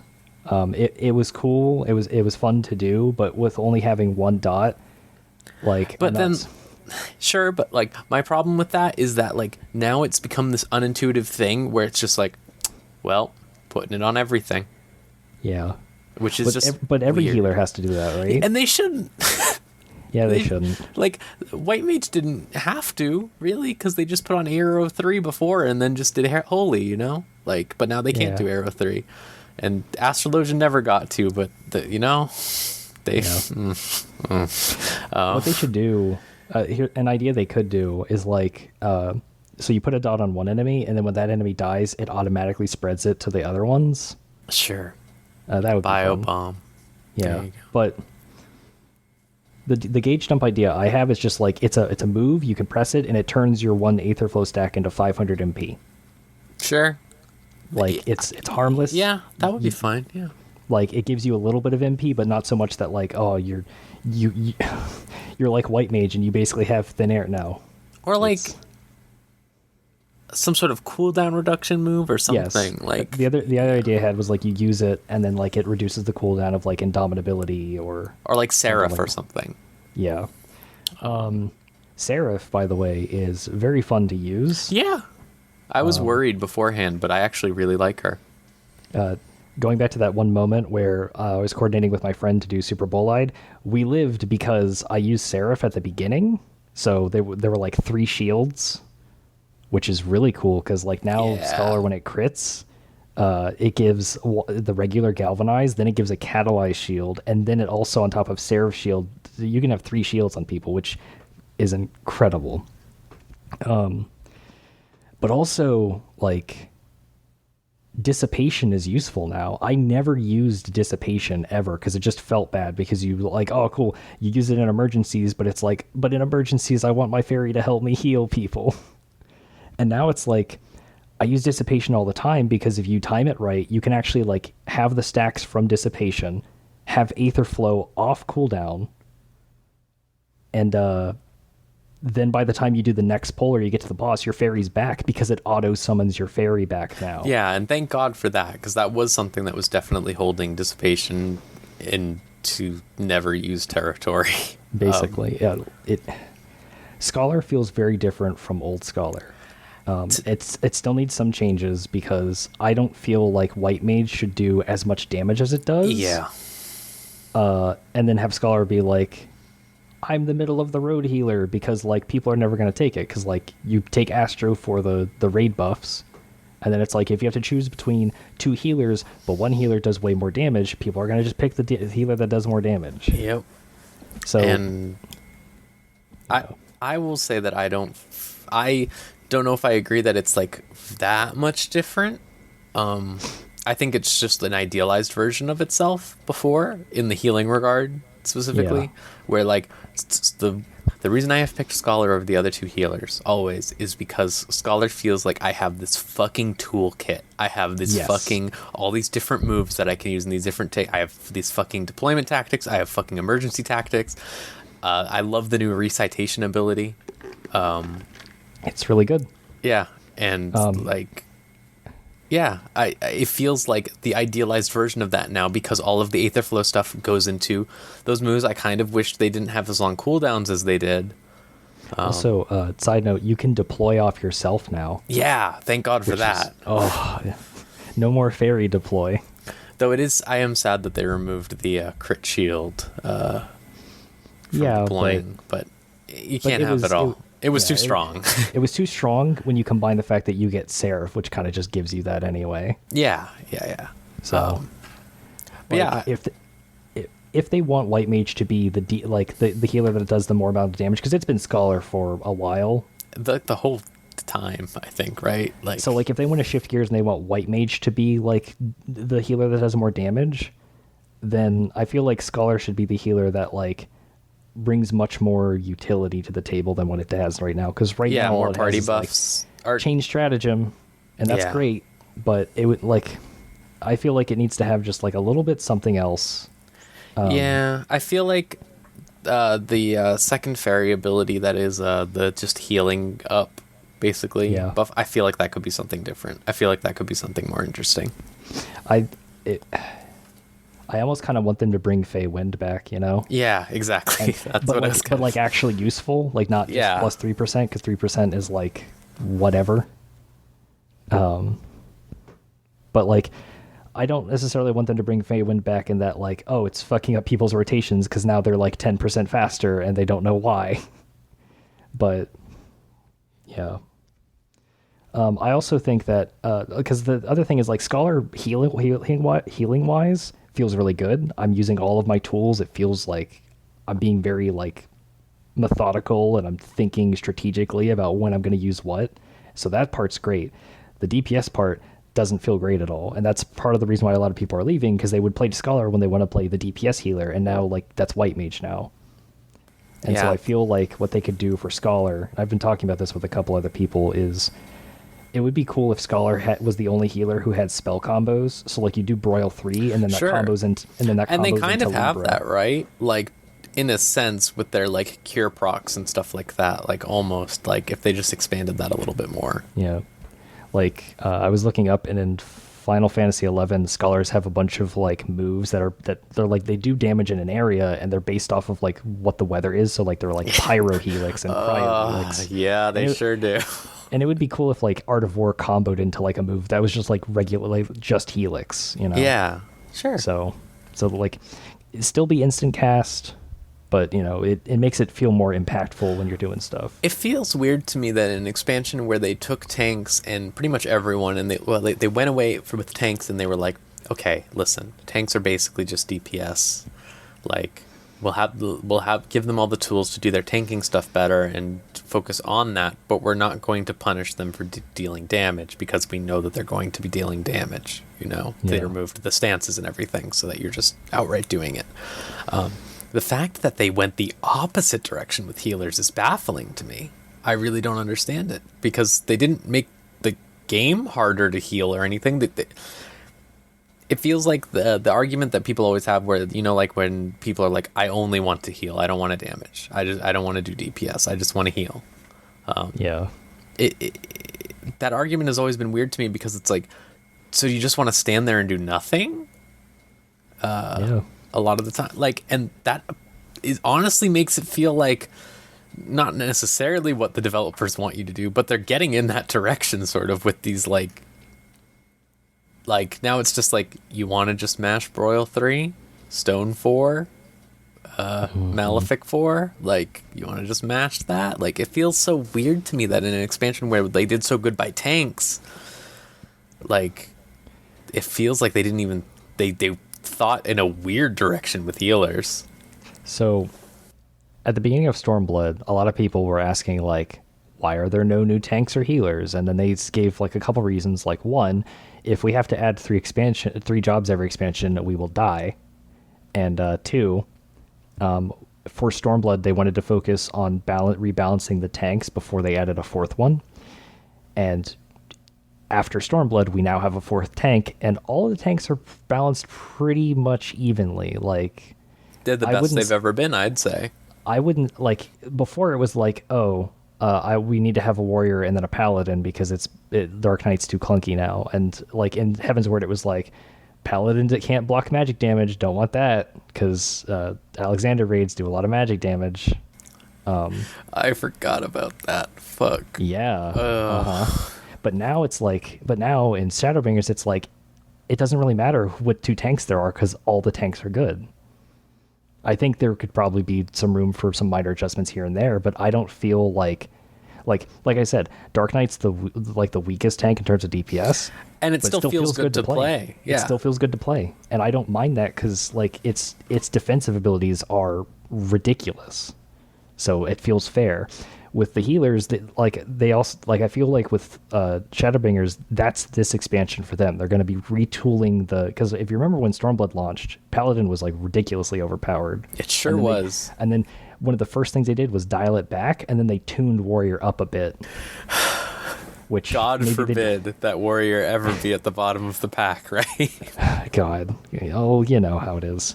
But with Shadowbringers, I feel like the first thing they're going to do is they're either going to tune up Astro and Scholar, and then they're going to dial back White Mage just a little bit. Like, Afflatus Misery is still going to be doing ridiculous amounts of damage, but people got to remember that Afflatus Misery is there so that you don't incur DPS losses when you use GCD heals. And if you have 2 or more targets, it's a DPS gain. There's the images of it doing 111,000 damage on a crit, and it's great. But you could have been doing all of that damage just by doing fucking glare. So, because if all of your glares crit, well, that's going to be more damage than one Afflatus Misery crit. So I don't think I think White Mage is still going to be fun to play even if they balance it and tweak it down a bit, but I think Scholar and Astro need help. Yeah. Astro especially, I think. Yeah. Because all of my friends who played Astrologian have quit playing Astrologian. That's kind of how it is for summoners too. Really, summoners? Or excuse me, scholars. Okay, I was gonna say, really, huh? No. My summoner friend is loving summoners so much. I feel like everyone I know who's played summoners really into it. So, but yeah, I don't really get the scholar one. I think we're of like mind where we're like, oh yeah, it's cool. I guess I could understand some people's problems with it, but one of the things I keep seeing is people be like, you can't use Aether Flow out of combat, and I'm like, whatever. It's not that big. I don't need it for damage, so why would I care? Yeah, and then people are also complaining that they don't have stuff to dump Aether Flow on. And I'm like, why do you need to use it in combat then? Why do you need more Aether Flow? But then yeah. Are there any other jobs you want to talk about? Because we've been talking about jobs for a hot minute now. Yeah, if you want to just move on, we can talk about. Have you done any crafting? Do you want to talk about that? I haven't touched any of that. I still want to I want to get the role quests out of the way. Sure, that's what I did. So I want to get back into mining. Yeah, that was the first one I did. Yeah, me too. Back when I was leveling Gatherers for the first time. When I was doing it for the first time, I did Fisher all the way, which paid off big time because of my title that I always use that I ended up getting from those fishing quests. Is it of Dragon's Deep? Yeah, because fucking come on, that's my the face best title. When I found out that was a fishing title, not like a Dragoon relic weapon. No, it's for catching a fucking giant dragon in the ocean. Oh, it's just one of the first brew. Don't worry about it. And you eat it. Ew. Yeah. Is it actually a dragon? Yeah. Oh, great. It wasn't sentient. Aliens. I will say that. It was one of the, well, I don't know if it was necessarily those types of dragons. It was a Leviathan type. It was basically a baby Leviathan. Okay. I got you now. But yeah, so Fisher has new moves that are great. I don't know if you've seen them. Fisher's the only one I didn't cap out in Stormblood. Oh, really? Still at 55. Okay. I always do Fisher because I like fishing the most out of any of these side jobs. And the new moves literally just are. I think there's one that I'm forgetting. That's I don't know, but the ones that are really good are just you can catch the same fish consecutively now. Oh my god, that's Yeah. And like that's fucking fantastic when you're trying to get scripts or something like that. Yeah, it's great. I think that was a really smart change. I think the changes to Miner and Botanist are weird. The new moves that they get are weird, where it's like, yes, you're guaranteed getting the item, but the HQ is reduced to 0. Which is like, well, kind of when I'm gathering, I want to get HQ of everything for the most part. So yeah. this is useful for, like, workshop stuff, I guess, or like Sure. housing items or something, but those feel weird. The crafting changes, I'm glad they finally folded the necessary moves into all of the crafters kits. They put steady hand 2 on everyone, they put Byregot's blessing on everyone. So Yeah. it helps, like, you'll still want to level pretty much all of the crafters, but But it won't be you won't need to level You them don't to need get to. cross class. yeah, you don't necessarily need to. It's something that it has become, especially last expansion, they did a really good job of this, and I think now they just sort of put the finishing touches on it, really. Where like they added like Rapid Synth 2 and Carrot Synth 3 and stuff like that to all the crafters as they leveled up. So now there are cross classes that are like, oh yeah, this makes some things easier, but you never need it like you used to, which is great. And yeah, it makes becoming an Omni crafter more of a goal instead of a requirement if you want to be invested in that side of things. Okay. I'm wondering if we're going to get crafting recipe books next week. Well, not next week. Next week when this podcast comes out. Yeah. When the Savage stuff comes out, because there'll probably be crafted gear or something. Finally. Because it definitely feels like there is nothing to do, and there's especially nothing to do because they didn't make any fucking primal weapons or crafted fancy weapons for Dancer or Gunbreaker. So there's like nothing to do this time around, whereas like when Samurai and Red Mage came out, they went all the way back to like Ifrit and up, and you could just like make those for money. And half of all Samurai players use the Ifrit sword with the special fancy glowing effects, I remember. I use the Nidhogg sword because it's cool. Hell yeah, it is. Like I'm not dunking on people. No, who yeah, use the it makes Ifrit sword. sense, It's great. but It's just like it's funny. It's just like Yeah. it was like the 3 most common Red Mage glamours at the end of 4.0 were the artifact gear, Because it's perfect. the one that gives you like the scarf, Oh yeah. and then like any glamour, but it's blue because I want to be a cheeky asshole and just wear blue, but I'm a red mage. And then when blue mage came out, people did the reverse. It's like, I'm a red mage, but I'm blue. Yep. Animals. So But yeah, and I will say that the new changes to quests for what Disciple of Hand and Land do, where it's just like 1 story for 3, and you basically get a free job to 80 out of it, to be quite honest. Like, hell yes. I got Miner to 80 in 2 hours or something. Oh fuck yes, that's From 70. so good. None of the other ones will be like that because I won't have access to these quests because I did them. Well, Fisher has its own, so actually. But So you can just pick minor or botanist. yeah. Okay. And it's not even that hard. I already have botanist at 75 or something, and I've been barely paying attention to that. Just doing GC turn-ins and stuff. Yeah.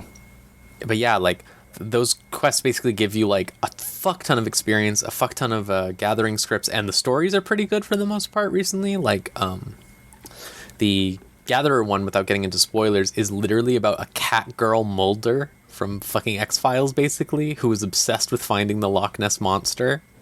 And she has like this Aurora girl being like, the Loch Ness Monster isn't real, okay? It's not real. And she's like, it's out there. This miner's gonna help me. We're gonna fucking find it, okay? Oh my god. It's really good. And it's not like anything high stakes or anything or like crazy in depth, but I think it's a good way of them to ensure that, like, yes, the gatherers get a decent story instead of the gatherers get half of a good story on each class, you know? Yeah. Same thing goes for crafters. Like there's like a Viera with like an Allegan node that she just found, I guess, and stuff like that. I really like that new system, actually. I like that they separated it up. It feels a little weird that like one of them is just straight up like culinarian and alchemist, because it's like, all right, pick one, just like with miner and gather, because the other ones are like a 3 or something. Yeah, that is strange. And Fisher just gets its own, which is also kind of weird, but it makes sense with how Fisher has always been, sort of, since they've always gotten their own special little thing. Yeah. And I kind of hope that they do like more stuff. I honestly kind of wish they would do like an expansion of that system. Well, I guess we're getting the Ishgard rebuilding, so, but yeah, I'm pretty positive on Crafters and Gatherers this time around, for the most part. Yeah. I really want I want the Disciple of Land coat to just be an all glamour thing. They need to make it that, just please. Oh, don't worry. Based on how fucking the Amarang dungeon drops the like gathering gear from last expansion, but it's not dyeable. It's not dyeable. I know, what the fuck. remove glamour restrictions on anything that isn't artifact gear, please. There's no for the crafters, they should remove it from those, because there's never reason you would wear. But I feel like at this point, like Yoshi P's intent with that was like, well, you don't want to see a healer dressed up as a tank, and I'm like, listen, I see tanks dressed up in nothing every day, so who cares? Like, while leveling a scholar, if you combine the Katana Ravel like healer boots with the Tantalus I saw jeans, your fucking jorts, you can make animal. Jorts. And the thing is, like, I was just wearing jorts and no shirt, and I would get 2 or 3 commendations every dungeon run. Nobody would say anything about the jorts, but they would just give me the commendations. It's like, fuck yeah, you will. You will respect my battle jorts. You animal. I've changed it now, though. It's fine. I have the cool Scholar AF gear, which rules because it's got a cool cape that looks like I love carpet. the shoes for those. A lot. They kick ass. I sure do. So role quests for for the actual jobs. We can talk about those now. Okay, so I did them in order of tank, physical DPS, healer, and I still have the last 2 to do on magical DPS. And then Shadow Walk with me at the end. Yeah. So, I really liked the healer one the most. The one I liked the least was probably the physical DPS. Yeah. But it's kind of tied with tank for the weakest ones, IMO.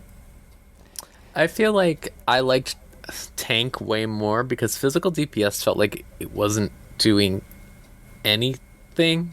Like, something that I liked about healer, the tank one, and especially the magical DPS one, is these are characters who I was like, I can't picture these people as being anything, pretty much. Like, I was just like, oh, it'll just be like a little healer girl, the big tank man, he's rough or whatever, and then the caster man is an asshole. And then, like, all of those quests go out of their way to show you, like, what these people were like and really humanize them, I think. Whereas the physical DPS one is just, damn, she was a hunter.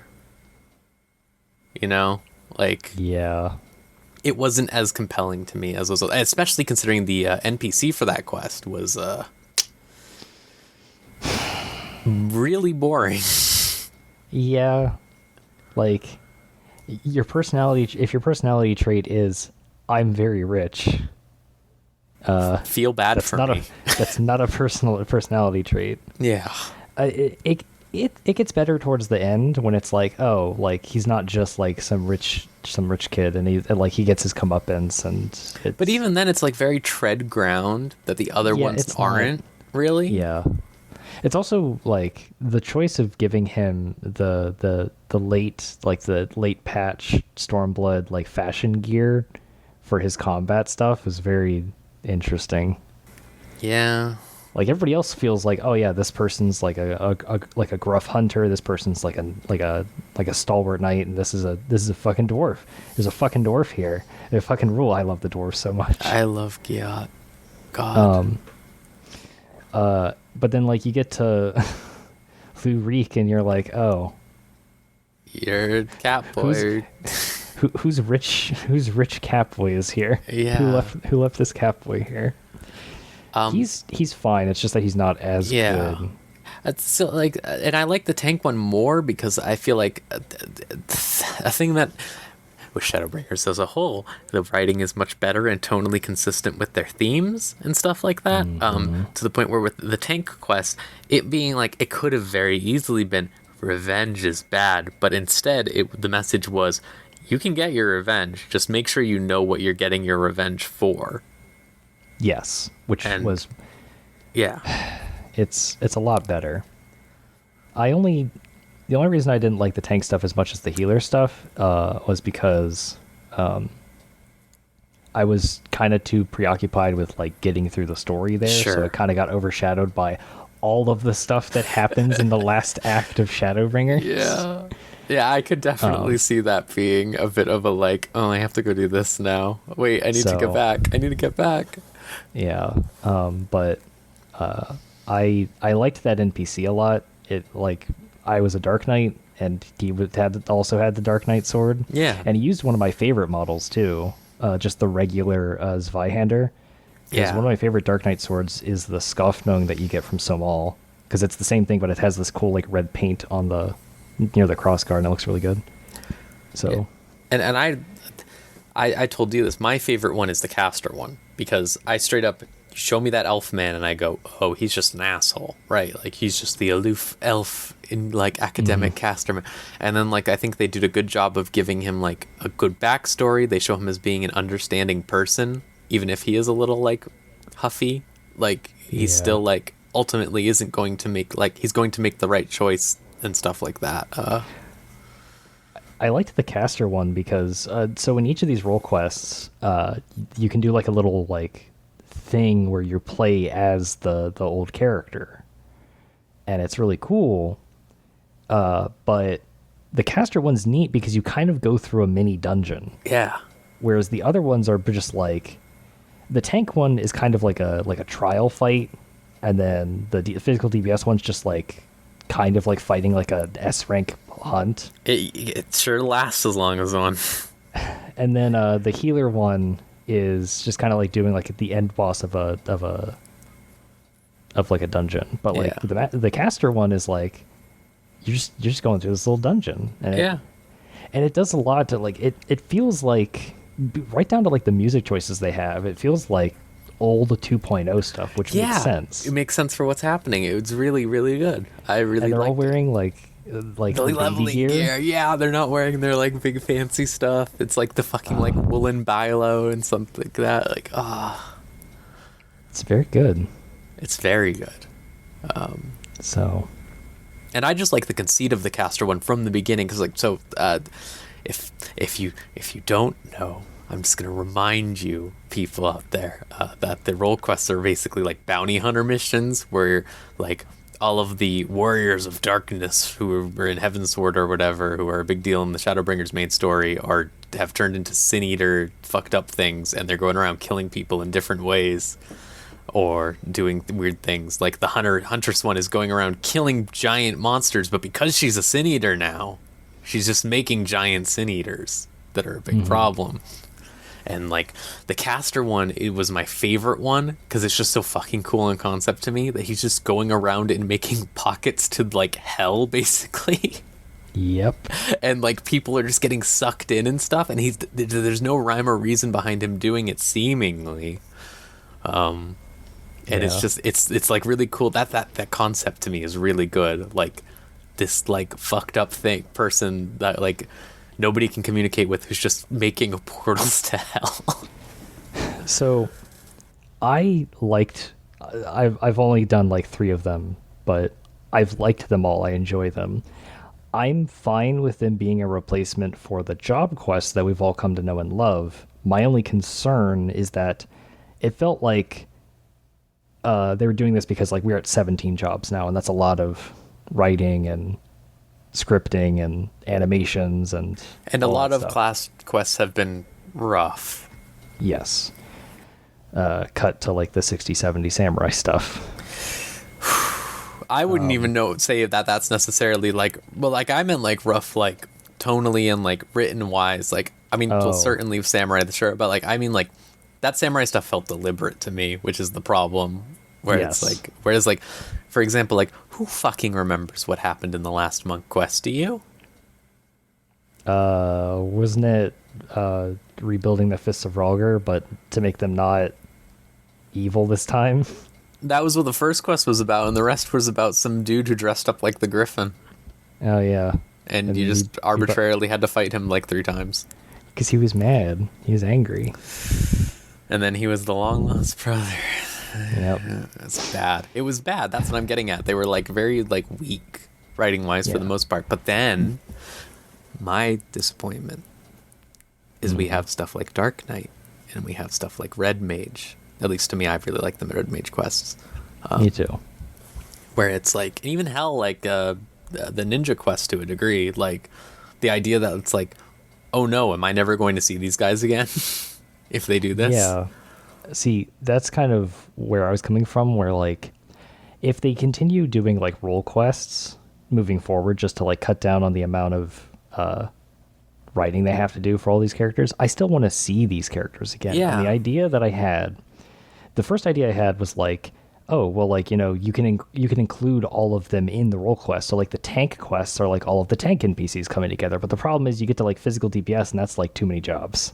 That's so many jobs. That's 7 jobs. I think they should really, if they separated it, it would be fine. If they just But the other idea I had is like they should involve, like, if we aren't going to see these characters because of like they're not going to have their own specific job quests, we should see these characters more in other things, like other side quests. We should see them in the MSQ. I was telling a friend that like it was really wild when I was playing through Stormblood for the first time, and like when Alphino and Alizé are on like the Dairyu gates in Yanxia, blowing them up so that like the invasion force can storm. Yeah, no, Boro's just there. Oh, Boro's just there, and he's from like the ninja quest. And I was like, why is he there? And I was like, like they should. Well, do of more course stuff like he'd that. be there. Like exactly. Oh, yeah. But like if you never played the ninja stuff, you just go like, oh, there's this random ninja man. Yeah, I mean, a better example to a degree is Estinian, right? Like.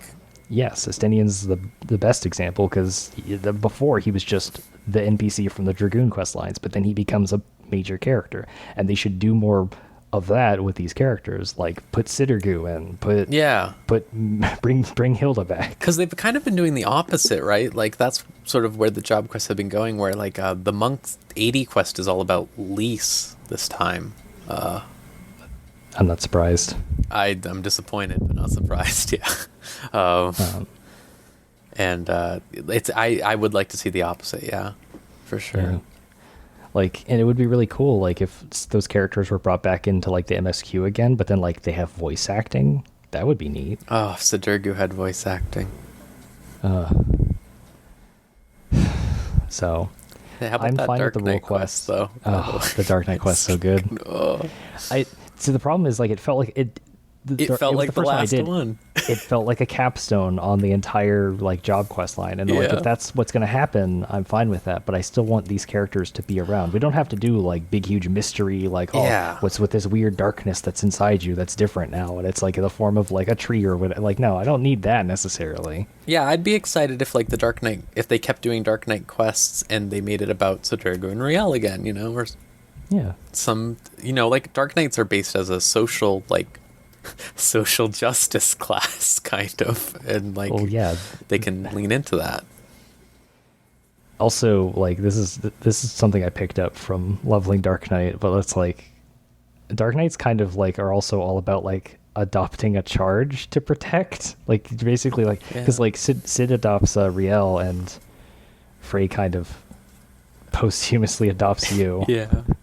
So we need to adopt a child. In order to be the best Dark Knight, you need to adopt a child. And like when I was going through Heavensward, it was like, yes, Alphino is my child. Yeah.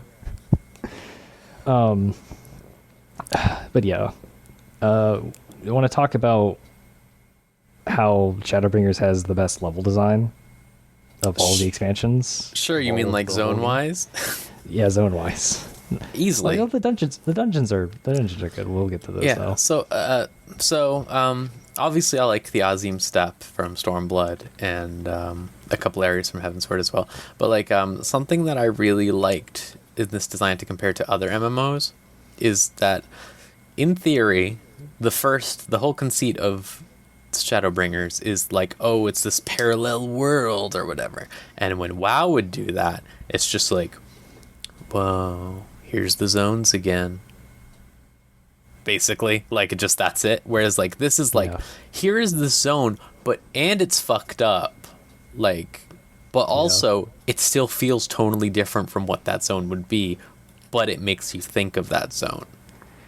Like a good example is the Rak'tika Greatwood, which is a reimagining of the Black Shroud in Eorzea, with the Black Shroud being like the big wooded mystery forest where there's like kind of Fey stuff going on there with the elementals who you have to like be respectful and mindful of when you're in there, or bad stuff happens to you. But like, since it's a 2.0 area, there's no flying, so like the canopies are really detailed, and you really feel like you're like walking around like a forest floor. But when you get to Rak'tika Greatwood, like the trees are now fucking humongous. And and like to compare to the Dravanian Forelands, which is also like a wooded area, like you could fly above all the trees, so it didn't feel that big, like.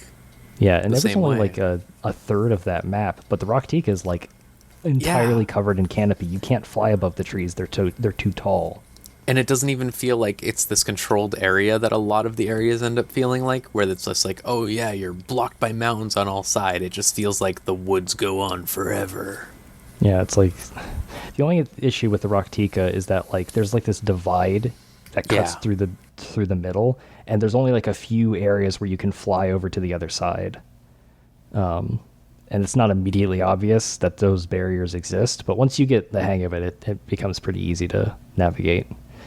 I really like how, more so than most of the zones in the other two expansions, a lot of the Shadowbringers areas have a nice, healthy amount of verticality to them. Yeah. Like, Lakeland has just this big, huge plateau in the center, and it's got stuff on the periphery that you can like get up onto. Yeah, and it's not just a plateau that you have to fly to either. It's like one. You can just walk up there if you want to. Unlike the Azim Steppe, right? Because the Azim Steppe has its big plateau, but it's just like you know. It's also just kind of a town, which that's fine. That was neat, but it was. But like, this is really cool for a map design. Yeah, it's just a shame that they don't really use Lakeland all that much in the story. It's weird, right? You'd think that, like, because, like, you spend most of the beginning of that game in either Amarang or Kalusia, but Lakeland's leveled as if you're supposed to be there at the beginning. Yeah. It's weird. It's like Shadowbringers has, like, 2 zones that are like the early level zones, and one of them was split in 2 and put into other zones that are a higher level zone. Yeah, because like one half of Amarang is low level, and then the other half is like very high level. Same with Kalusia. Yeah, it feels like Lakeland maybe should have had something like that almost. But I mean, I feel like Lakeland's going to get more usage in the 5.x series, because it's just such a pretty zone. Like the purple trees really. Like, they highlight that whole thing where it's like, this is like getting into some sort of like science stuff, but the reason the plants on Earth are green is because of how, like, green is the best color to absorb sunlight based on the parameters of the sun and the distance from it and like the atmosphere. But like, if stuff was changed even slightly, plants could be a different color entirely. Like, and the fact that, like, Norvrant is covered in light, the fact that like the plants are like dark purple kind of makes sense in kind of a weird sense, because like their chlorophyll they adapted to the saturation of light because they don't have to worry about nighttime anymore, and it just makes the whole area look very distinct and vibrant, and it looks very high fantasy. So many areas here look very high fantasy, like Lakeland and Ilmeg and Rak'tika. And then some of them are just like, hey, you want a cowboy town? Yeah, the We have a fucking cowboy cowboy town made me lose my mind when you get to that near the end of the game. That's the thing that really got me, is that's like near the end of the main story, you go to a fucking cowboy town after everything. Like, It's so good. it rules. That's my favorite area, like specifically, because it's just like it's so cool. It's just funny to me that it's like, oh, we'll talk about that story stuff later. Yeah, But yeah. yeah, it's very cool tonally to have that there. My favorite zone this time around, I think, is going to be Kalusia, though. Yeah, It has supreme verticality. it really does. Yeah. And its overworld music is it's not as like everybody knows about the Raktika and Amarang overworld music. Like those ones are just like iconic at this point. Kalusia's is a bit more subdued, but it's just nice. It's nice and cozy. My favorite zone music is probably Amarang because it fucking sounds like Final Fantasy 13, which I will eat up. Yeah, Um, it's good. I got the orchestrion roll set for it. Nice. And it's so good. yeah, I think all the zones are really good this time. Like I think Kalusia, you want to talk about the verticality there? It feels like a perfected, idealized version of the peaks to me. Yes, absolutely. Because so much of the peaks is just like they sloped the mountain range. So like a lot of the peaks in the center, like there's like a cross section horizontally across the map, and there's like the low peaks and the high peaks, and a lot of that you just can't land on or explore. Yeah, 'cause and they it's just feel like mountain completely range. different too. They don't feel like an extension of that zone. They feel like completely different zones. But with Kalusia, it's like there was like some sort of like huge earthquake fault, and like part of the land just got like shot up, just randomly, Yeah, like it's hundreds of years ago. cool. Yeah. I also will say, like, in terms of level design, like the worst area in Shadowbringers is maybe Raktika, kind of. Yeah, Just because of like how it's like it's kind of a pain to navigate when you get flying, sure. and the aetherites aren't positioned as well because one's like at the bottom of like it's like when you teleport into the House of the Fierce and Yangsha, you have to like fly up and out. Yeah, it sort of feels like the camp that Yushtol is at there should be like on the left side of the Yeah. map. It's not that Raktika is bad. It's just that it's designed like also a lot of the trees mess with your visibility, which is a good thing because you'd expect that in like a really dense forest.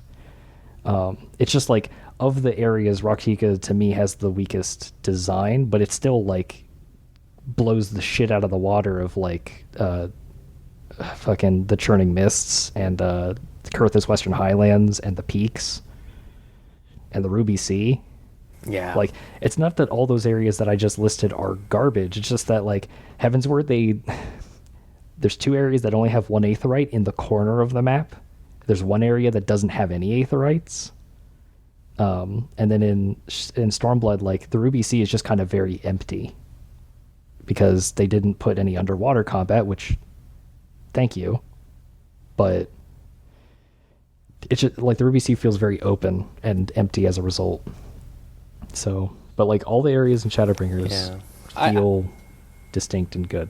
I kind of wish to go off that a little bit. I wish they would do more with the underwater stuff.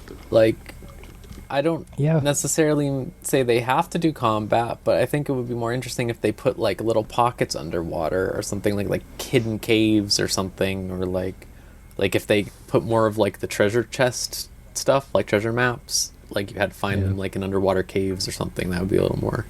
I want them to do a zone at some point where it's like the water's at the top of the map and the entire like kind of like how there's like underwater caves where there's like there's like two layers of water because they have different like salinity or pH values or something.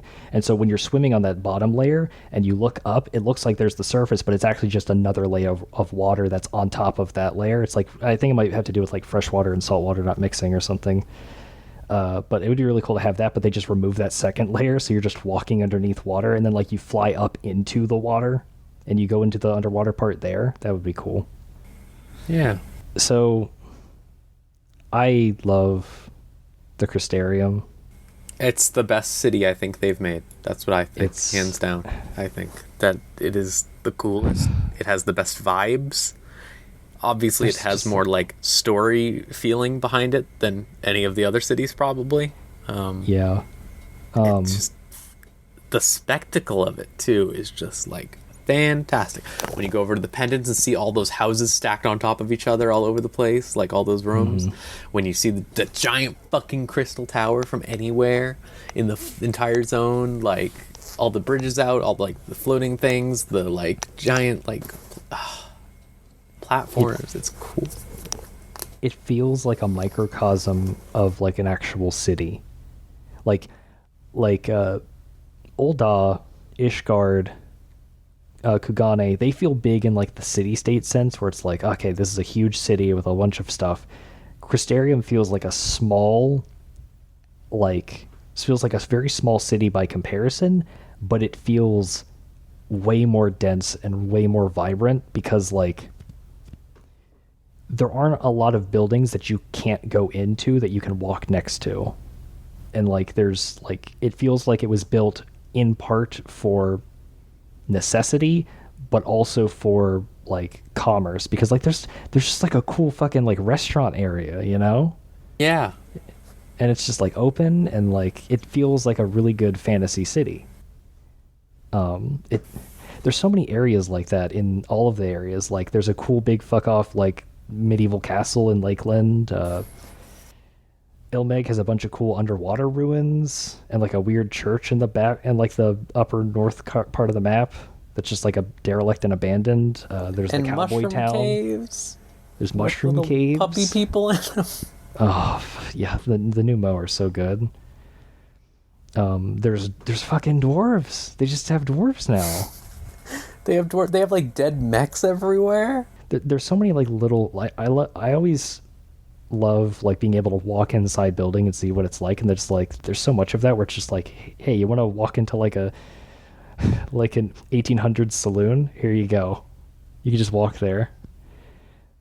Like, oh, the area in Lakeland that's just like a resort. Yeah, it's just like a spa that has like little tables on the on like the porch. Oh, there's detail. Like in Amarang, the biggest feature is obviously the giant massive wall of light, which is like leads to just wastelands behind it. And my favorite part is how it rolls up the terrain of what was once like a castle town, basically. Like, yeah, on one side there's just like you see it rolled up, like just the terrain fucking rolled up. It's so cool. Mm-hmm. And also like Amarang, because it's like very close to where the flood was gonna be hitting the rest of Northrend. Like it's like the land is shattered. It's very slopey and not like flat. Like a lot of Kurthus Western Highlands is flat. A lot of the Locks is flat. But like almost every 2.0 area is flat, but like fucking Amarang is like sloped and slanted, yeah, and fractured, and it's very cool. What do you think about Yilmore? I think compared to the Crystarium, it's a lot weaker. It's a lot more condensed. Closed. It's vertical. Yeah. It's vertical and complex in a way that makes sense for fucking rich snooty town. I think it's at least interesting because it feels different from before. But my real problem is probably whereas the Crystarium feels like it uses everything that it has. This sort of has the same problem that I had with Kugane to an extent, where it has a ton of areas that are just nothing. Like the entire middle part, the entire bottom floor. Mm-hmm. The derelicts seem like you'll probably build them up later or something, like the Dome and Enclave. Oh, yeah. I didn't think about that. That's probably... Yeah. I'd like to see that. I bet that will happen. But no matter what they do, that middle, the way that the middle and lower floors are designed is just like the lower floor works once for the story. Mm-hmm. Yep. And that could have been an instance zone. Instead of like, it's this weird thing where like those zones exist and they just sort of do nothing. And like, I appreciate it as an endgame hub more than any other endgame hub probably, because everything's nice and next to each other. Everything's very orderly. You don't have to run everywhere. It feels like it captures that vibe of what Yulmore is like pretty well, but yeah, as a cohesive whole, like compared to the Crystarium, I'm like, eh. What's more comparable to Idleshire and Rogger's Reach because it's the endgame area? Yeah. But I think I liked either Mordona or Idleshire the most. Yeah? Yeah, I'm sorry, Idleshire. I should call it Idleshire because that's funny. It's funny that it's called that. But I really liked Idleshire because it changed so much. It changed so much. Listen, I got to Mordona when it was already fixed. I got to Idleshire when it was already fixed. Oh, right, you took time off. I forgot about that. Because I started playing in 3.1, but didn't really start playing until 3.3. Sure. And I didn't get towards the end game Heavensward until like... Idleshire was... I've seen the pictures. It changed so much, and Mordona did too, but Mordona was less than Idleshire. But I still like Mordona because it was smaller. It was just felt more, and also very like this expansion, high fantasy at the time, like very like, whoa, this is a mysterious, fucked up zone. Whoa, dragon on the lake. I liked Rogers because I'm an Alamigo. I was fine with it, but I wish that they did more with it. Like the fact that it stayed all fucked up the entire time was that was not great. And also I wish like the crafted stuff was on the other side with like the tombstone exchange. Yeah, because that stuff really just needs to be together all the time. Yeah, like in Yulmore.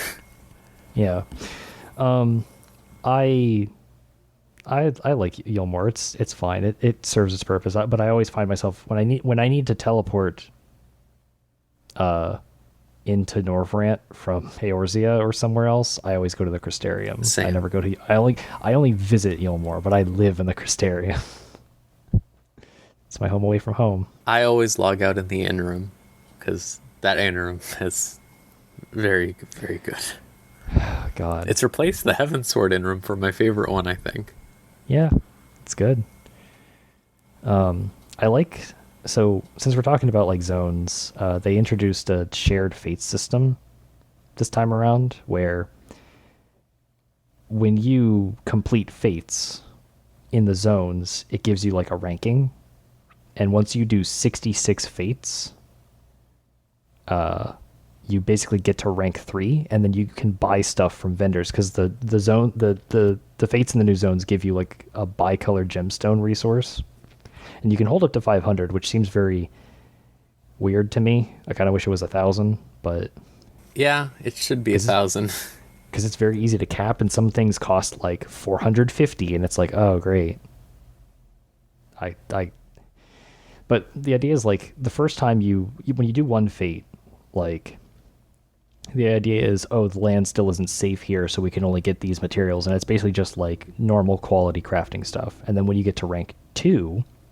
which is done after 6 fates, which is very easy. You can do that in like half an hour at tops. You can unlock the high quality crafted stuff that you could just buy with bicolored gemstones.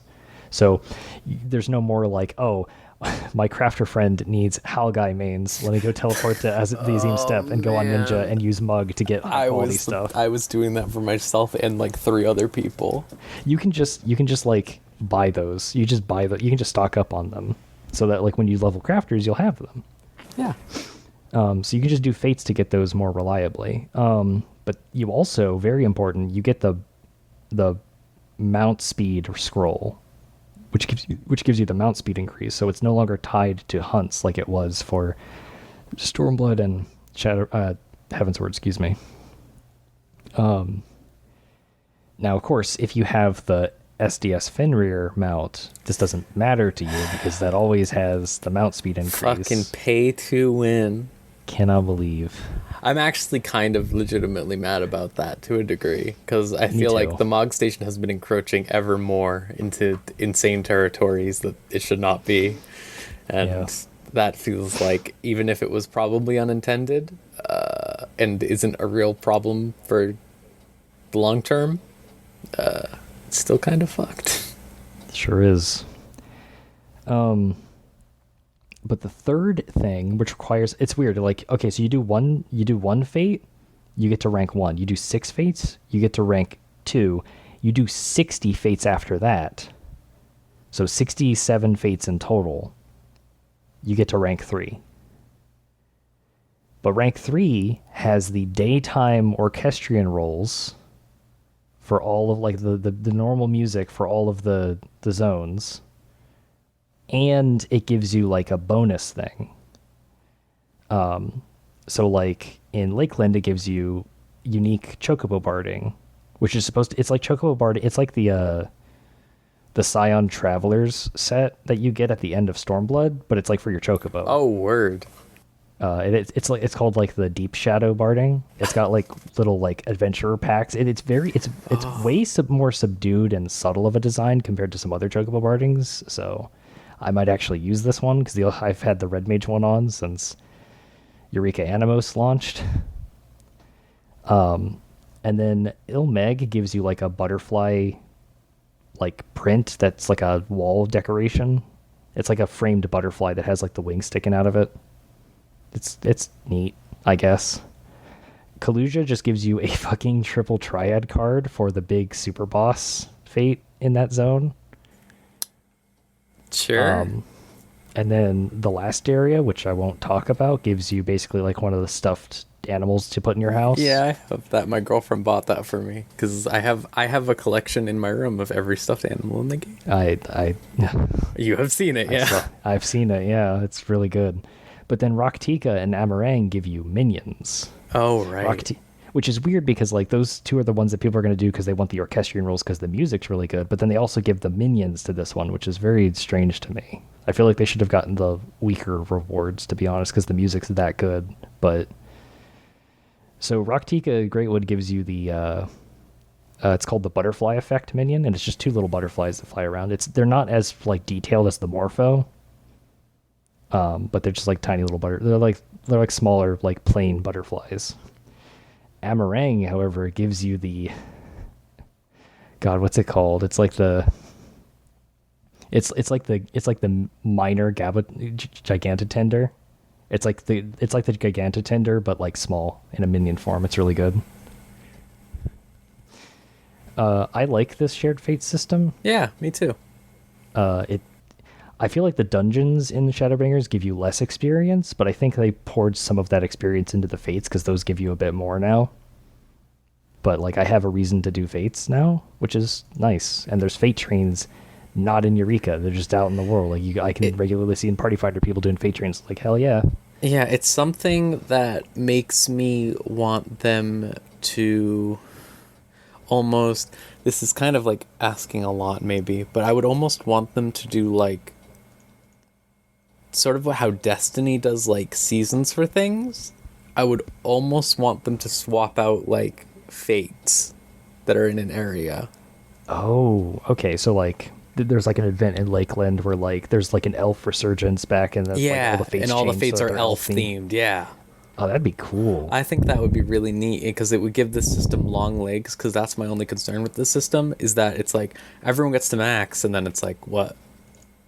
Mm-hmm. Then nobody does it anymore. Yeah. Whereas like I feel like if they make it into like some sort of seasonal thing where it changes, or like they add more ranks, and I think specifically the like changing them, mixing them up, like maybe like alternating them on like a timed schedule, like once every month or something, they just change it or something. That would be It'd also be cool if they factor this into like the seasonal events.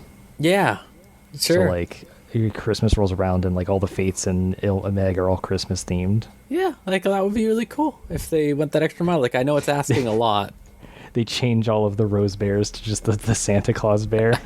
That would be good as hell. Like it would just be like I would really like them to like I know that's probably a lot of work, but I feel like if they got into the swing of it, it wouldn't be that bad. Yeah, I agree. Yeah. What else do you want to talk about? So we can talk about these last couple things, and then like we could take like a short break, and then that will be a good editing spot. Okay. For like, oh yeah, here's the story half now. Uh, so yeah, the music we've hinted at with these zones and stuff. The music in this expansion is fucking. Soken was out of his mind. Soken was like on like he found like ambrosia or something and ingested all of it and then like just went crazy. Cause Soken activated his LB and like every musical artist who is of notable worth just like fucking raised their hands and he just like gave him their energy and he just like knocked everything out of the park with his team. It's insane. Nuts. Like it's nuts. I cannot. I've always said this about Soken since probably Heaven's Sword, but especially now more than ever in this expansion, hands down, makes the other one seem like nothing compared to the range that man has in terms of compositions is outrageous. Like the way he is able to dance between so many genres of music and like tone and like instruments and like everything and have it all be like good at worst is like how how does he so like Lakeland's theme is this triumphant thing with like trumpets and it sounds like a battle theme. Like people are like you, when you're in Lakeland you feel like okay, like wars are being waged here, people's lives are on the line and there's like people like fighting actively day in and day out just to like eke out a living. Fucking Ilmeg is very like melodic, very like whimsical, very but like there's that undercurrent of like, oh, Fae shit happens here, watch your back. Yeah. Fucking Raktika has, you know, some of the greatest vocals.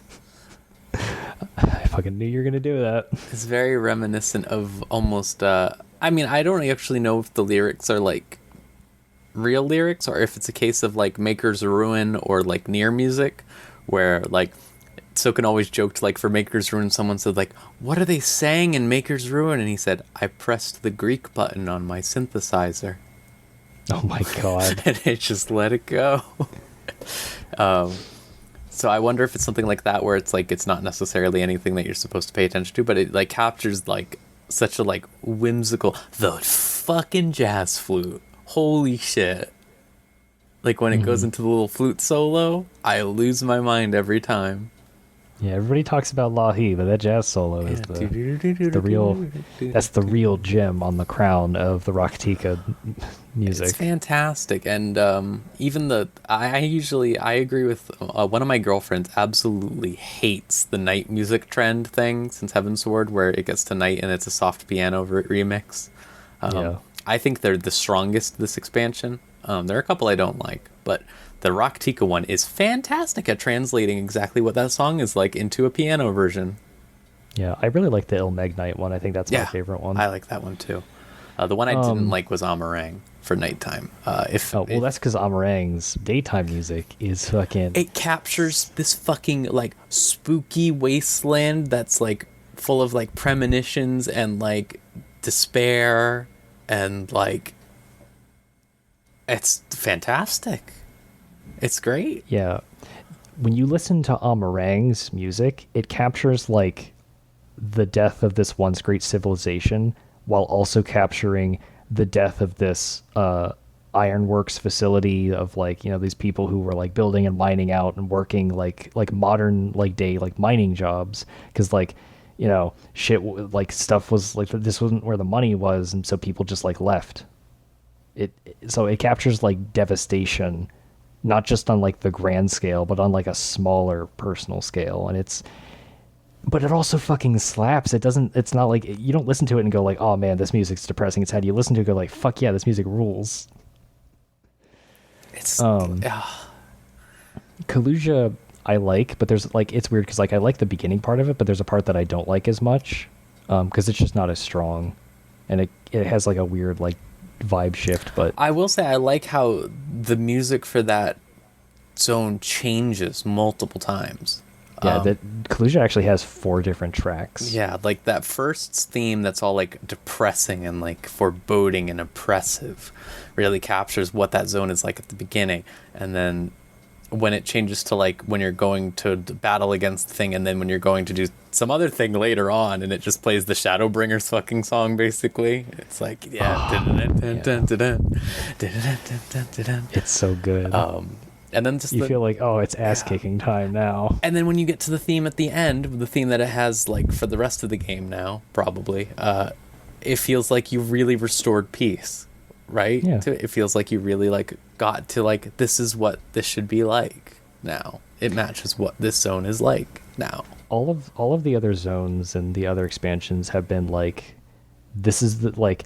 Kurthus Western Highlands is a great intro piece into Heavensward because it captures the theme and motifs of like this war-torn land that's plunged in ice and snow and mountain.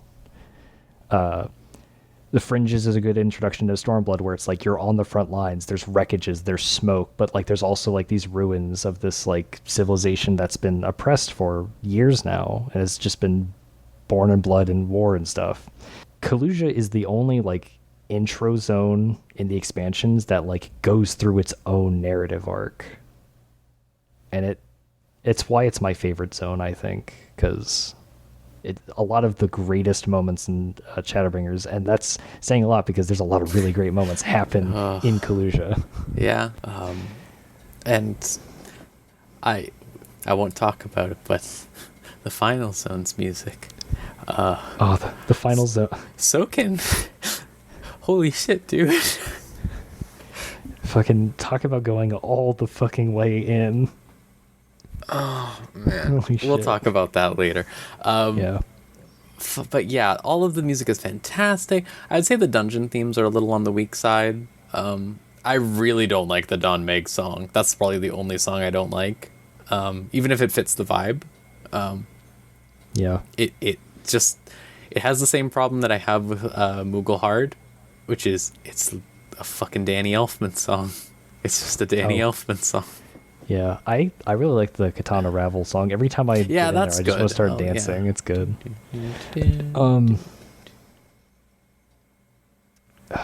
Fucking the one track that I don't like in Shadowbringers, and this is gonna be a bit controversial.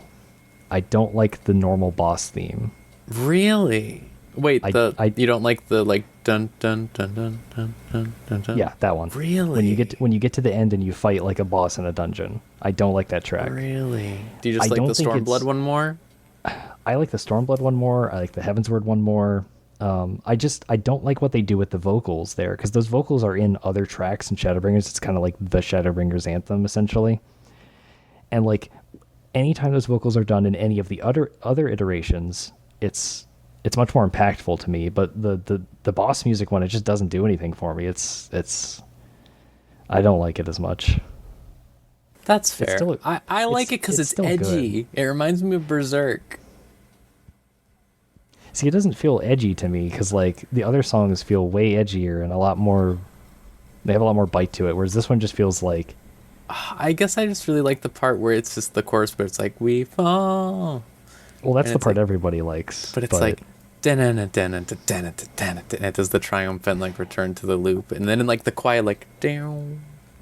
I'd probably like it more if it didn't have the vocals, to be honest, because it's mostly how the vocals are like what's the word here, synthesized, that I don't like. Like sure. how they're edited. I guess I can understand. I'm really into it personally. I think the Don Meg song's probably the only one I don't like. There was one I was gonna say that's really good. Oh, we won't talk about the 79 dungeon as well. I really like that music. That's my favorite dungeon theme, I think, other than the 80 dungeon story dungeon. The 79 dungeon, just like, especially when you're leveling and that's your last one you're doing as you're leveling, and it's just like dun, dun, dun, dun, dun, dun, dun. I'm like, yeah, we're so fucking going, guys. It's you made it. Yeah, you made it. We made it. Here's this your is the end. Lap. We're fucking finishing it up. I'm getting stronger. Like, yeah, it feels very satisfying. Yeah.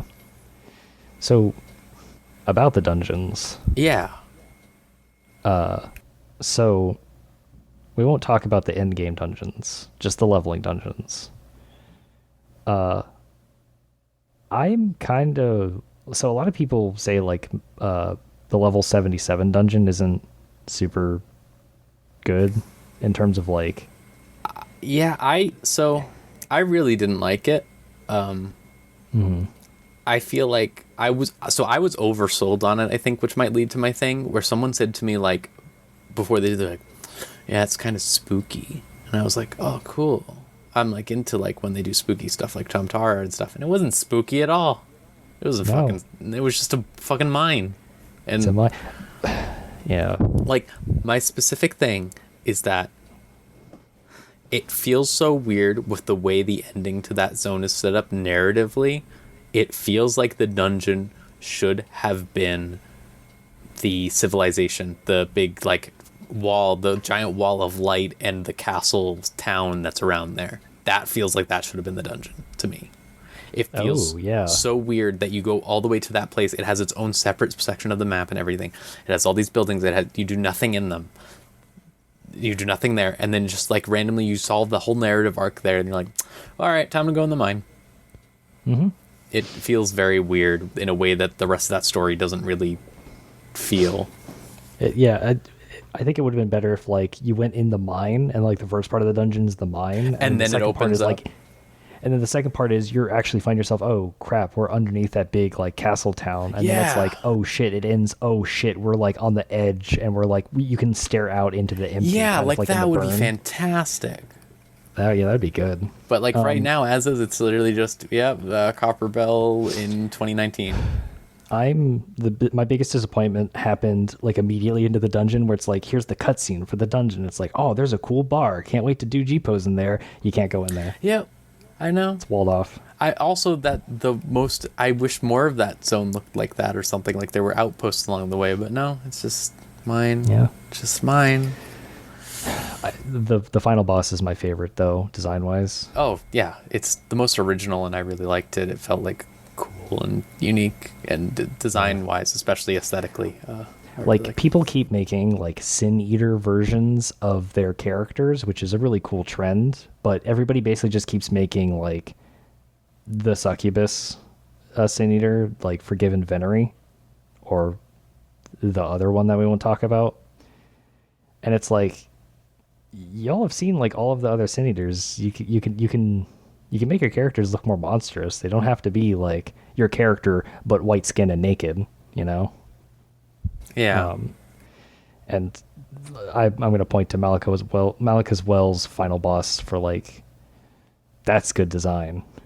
Even like it was a Cerberus reskin, but the Kitana Revel one is also pretty good. Like the fucked up like 3-headed, like almost like yokai themed. It looks sort of like a I can't remember what it's called, but it looked like this specific type of yokai.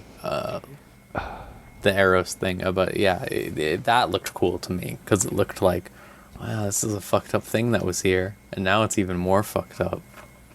It's weird because like the middle head always looked very like baboon to me as well. Yeah, that's what Nue. That's what it's called. There's a yokai in Japanese mythology that is literally a like tiger with a baboon face.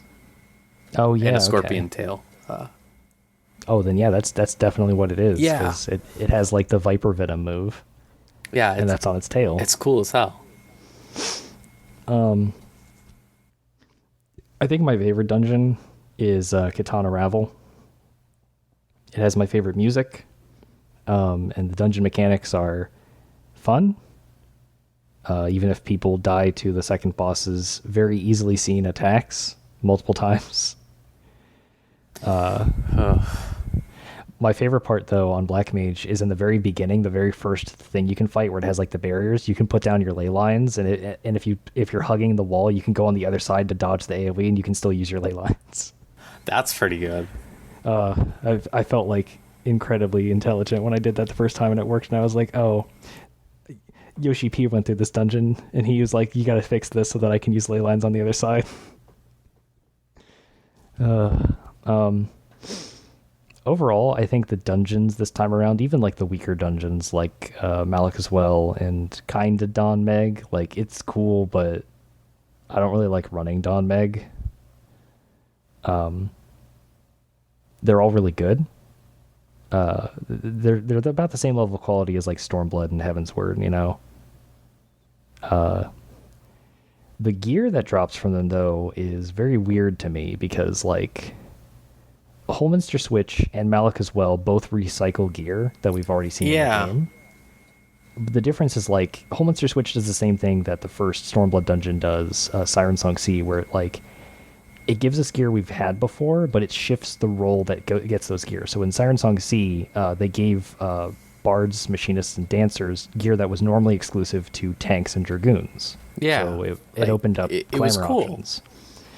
But so like the first dungeon, Holminster Switch, does the same thing, but the gear isn't dyeable, which Siren Song Sea's gear not only switched the roles, but it was also dyeable, which after getting dungeon gear that's dyeable, I can't go back to not dyeable dungeon gear. It's especially disappointing to me because the Don Meg set, the Kitana Raval set, they are original designs and they are dyeable.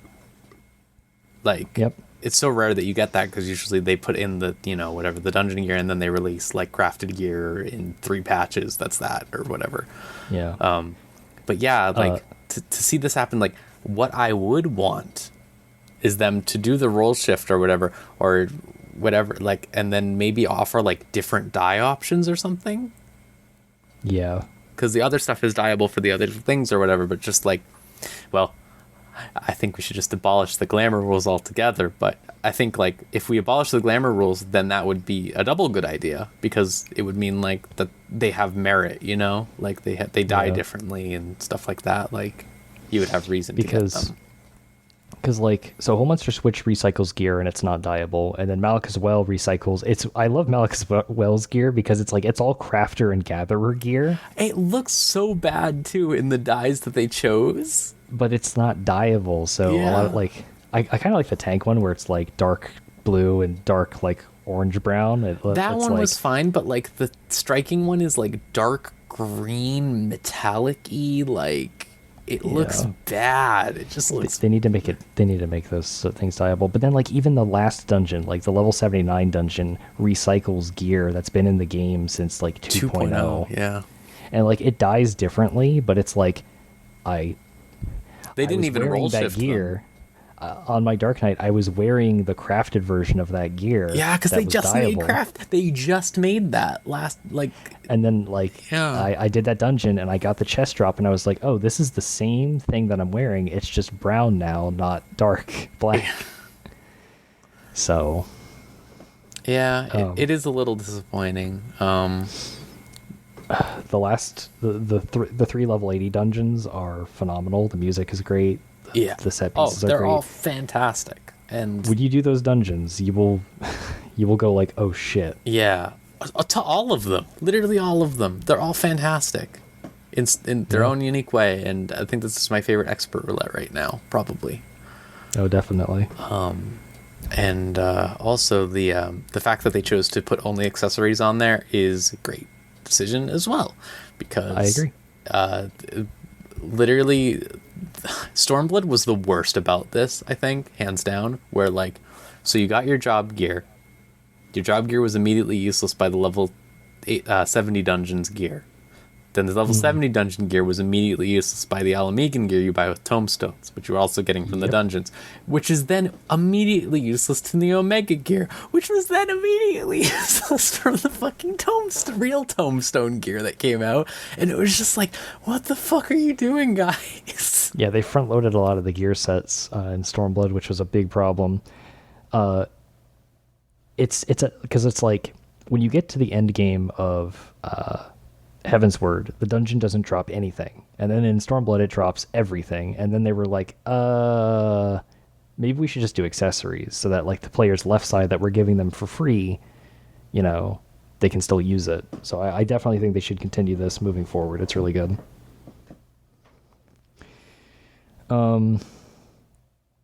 The last couple things we can talk about before we shift into spoiler territory are the trials and the new raid that came out earlier this week, last week. Yeah. What is time?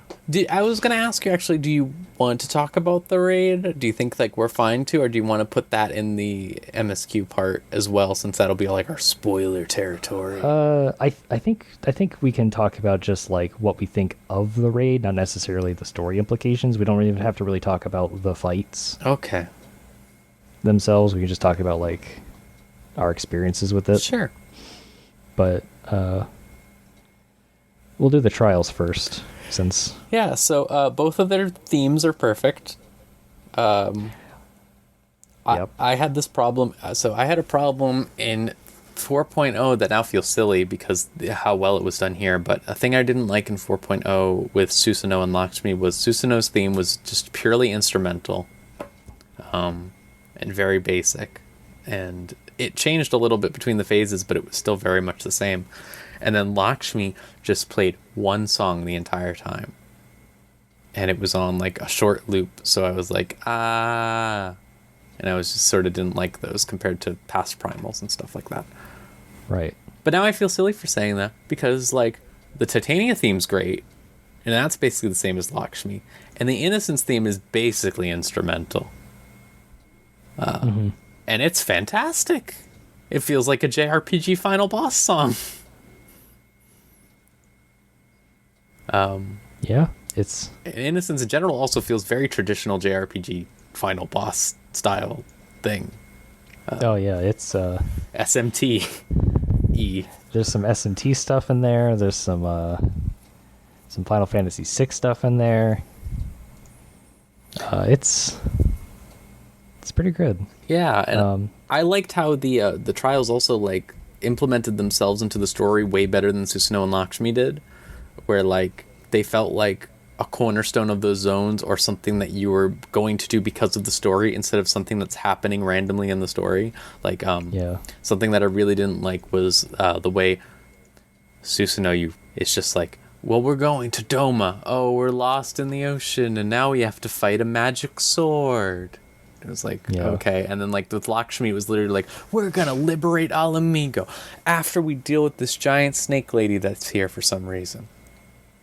Like, well, I mean, I got that impression from Heavensward too, where it's like you're going through the Dravanian hinterlands, and it's like, I can talk to you, but you know, you got to go deal with the bug people and their big giant warlord god, and they're like, okay. And then it's like, that could have been a cool moment. Well, I kind of liked that to a degree, because it at least made sense narratively with what was going on, where you had to earn the trust of the dragons, and it's like, how better do you earn the trust of the dragons than dealing with their enemy that they have to contend with right now, you know? I think that's Alphino's idea.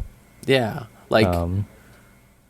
so I guess it helps with his development. Yeah, also with, but Bismarck is pretty bad. I will agree with you there. Like, I mean, I kind of like Bismarck more because they introduce it early on, and you're like, oh, fuck, it's a big fucking whale. How the hell do I fight this thing? I guess and then, so, but they wait too long. They wait too long, and they choose the time for you to fight it at literally the most narrative crux of the story. Like, where like the biggest shit has just gone down. It's like, time to fight a whale now. Like I understand, like, people really, really love Heavensward, because I keep seeing people going like, Shadowbringers is now my favorite, goodbye Heavensward, or they'll say like, it's Shadowbringers is my favorite right after Heavensward, and it's like, Heavensward didn't have, like, 3.0 didn't have the best pacing of a story. I really liked it, but I'm also a dragon fuck person. So see, that's me. Like I love Stormblood because I was like literally, like, I was like thinking about developing my character, and I was like, I feel like he should be Alamegan, and then literally a month later they announced like Stormblood was happening and it's going to take place in Alamegan, and I was like, oh fuck, I've been targeted. Yeah, I think probably the reason that Stormblood let me down was like, I had made like my character's lore from the beginning was obviously like she lived in Doma and stuff or whatever. Obviously, then I created my stupid, dumb OC bullshit where it's like, yeah, and she's the daughter of Midgard Sormer, and whatever. And like, but like, then going to the Doma stuff and having the Doma stuff feel kind of weird because it's almost felt like a questionable politic take on like the way Japan and China have interacted over the years. And not really liking that. I feel like that's probably why I was like, oh, fucking Stormblood, damn, a little bit more than like, whereas Heavensward, I was like, I'm making a dragon girl. This is gonna be the coolest. Oh, the story makes dragons the coolest ever. Whoa, like, yeah. And also, I'm in for literally any narrative that really humanizes like dragons and stuff like that, or like traditionally non-human things, and like attribute like specific cultural concepts to them and stuff like that, like the way that like time works and stuff. Yeah. But yeah, like getting back to Shadowbringers, the trials definitely feel a lot more paced. It's better that they're like they're not primals that are just tacked in. Yeah, absolutely. That's the biggest thing for them. Like Titania being without too much spoilers, like Titania being like a character that actually exists in there instead of like an abstract concept like most boss fights in this game. I got a bit spooked when Jitani was channeling like Edda vibes. Yeah, like one little moment. I was like, spooky. Oh no. And I'm really glad too, because with Titania, they really like they saw like we kind of were doing phase stuff with the Sylphs in 2.0, but we didn't really get all the way into it. And then like fucking Shadowbringers, I was like, no, we're going all the way. This is like very traditional, like Gaelic, like fairies will fuck with you type stuff. They will fuck with you. They have weird morals that are completely different from yours. Like they have a completely different concept of existence. Yeah.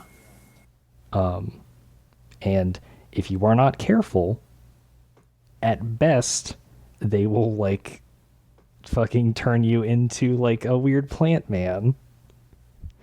And at worst, they might eat you or drown you. The Titania fight was fun. I liked the DPS check while she's doing her ultimate. That was fun. Yeah, it's an interesting way to have like an ads phase. I think it feels like an extension, like in a much more interesting way of what happens in the Nidhogg fight.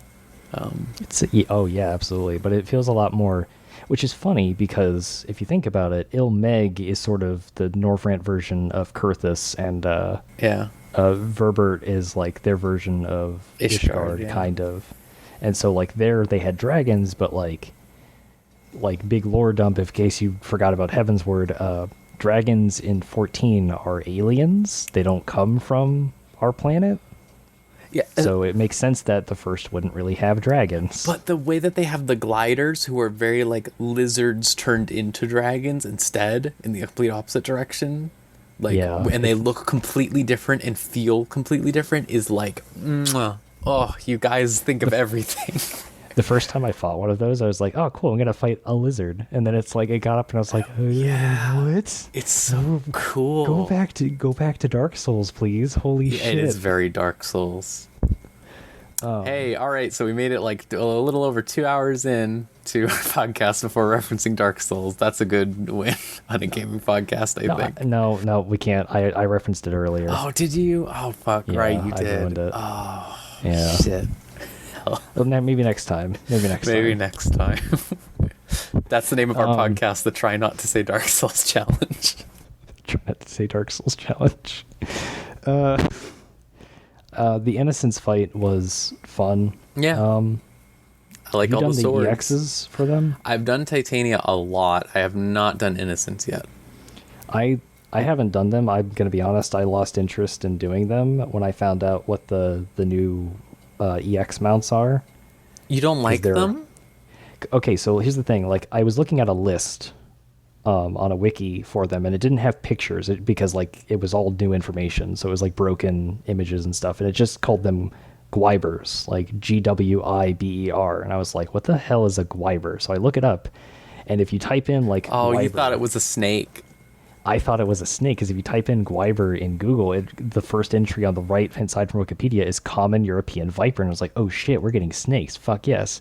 And then I look it up, and they're dragons. They're like almost Spyro-esque, like bipedal raptor dragons. And they look cool, but they're not really for me. It's the same thing with like the wolves. Like I cleared more EX fights in Stormblood than I've ever cleared in my life. Like on content, I didn't pick up a single dog. I always passed on the whistles when they dropped because I didn't want them. And like, I'd rather like go back and farm that. Like if I want to do completion stuff, I'd rather go back and farm it when it's easy. Sure. I guess I really get satisfaction out of doing it when it's relevant for me, but I'm like the type of person.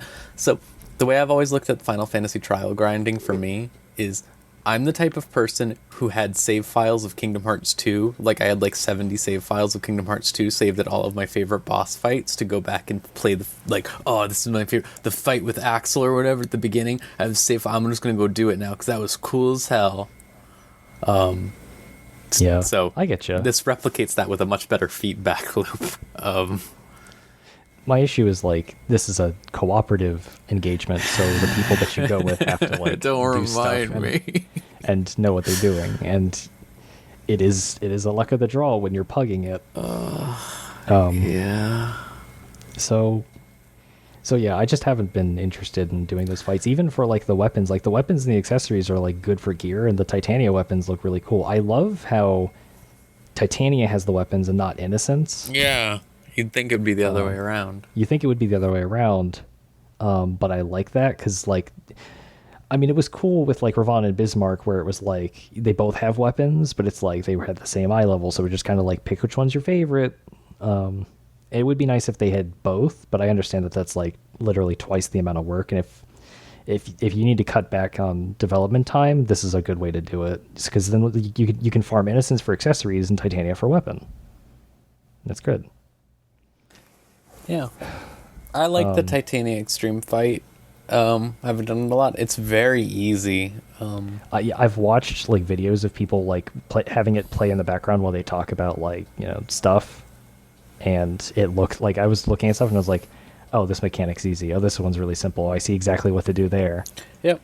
It has like one super hard mechanic, quote unquote. It's not actually super hard. It's just like harder than bogged standard that requires you to use like invuln mechanics and stuff.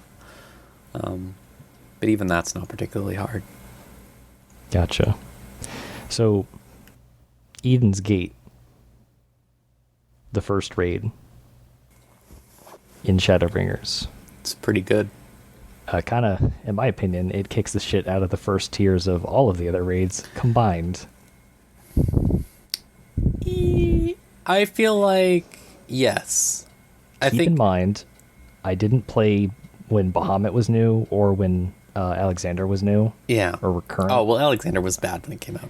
But I have heard some war stories about Gordius, so... Oh, you don't even want to know. No, I don't. Which is why we're going to talk about Eden's Gate instead. A really good one. Yeah. So I will say that I think, like, narratively, the Omega raid probably played out a lot better. With regards to, like, what was happening with, like, Sid and Nero and stuff like that. And the mystery around Omega. And with this, like, it feels like they're just sort of... Not to get too far into spoilers, but I want to say, like, they're just sort of, like, ignoring what this thing is and just accepting it for what they want to do with the Eden thing. Yeah. Well, like the idea was like we can talk about it later. Yeah. But that's sort of my problem with it. But the fights are all fantastic. They're the best. The second one, I love the second one. I'm fucking the second one's my favorite. I want the second fight. Everybody keeps talking like they point to the fourth fight and they go like, I want that as a mount. I point to the second one and I go, I want that as a mount. Yeah, could you imagine? A tender embrace. It's so good. Can I say what that boss is, I guess? Like, yes. Yeah, it's a knight being held by like a fucked up dragon demon thing. Like, as like a hug. Right? Yeah, basically it's almost like Simba holding the knight, but it's like not holding it up, it's holding the knight like closer to its chest. Yeah, and it's just really cool. I won't talk about the other bosses, I guess. I'll just say they are very nostalgic. They sure are. And especially in the way that when you go in as a healer, you will suffer. Okay, so the thing that I don't mind about them, like, kind of like glossing over like this, no, we're not gonna worry about this thing too much, is because it empowers one of the characters, and I like that. So I'm not super. I feel like they're gonna do some twists and turns in the later stories in like 5.2 and 5.4, and then the shit will hit the fan. And yeah, I will say this though, once you finish the first tier, you have a pretty good idea of what the second tier is going to be. Yeah, and I'm excited for it too. It's gonna be really cool. We're gonna. I think that kind of wraps up all of like the content that's in Shadowbringers currently. Yeah. So we're gonna take a break and then come back and talk about story stuff and spoilers, and I get to tell you my ideas for the next raid tier, and we'll talk about some really fun things like ludonarrative assonance and why everybody loves Shadowbringers. Fuck yeah.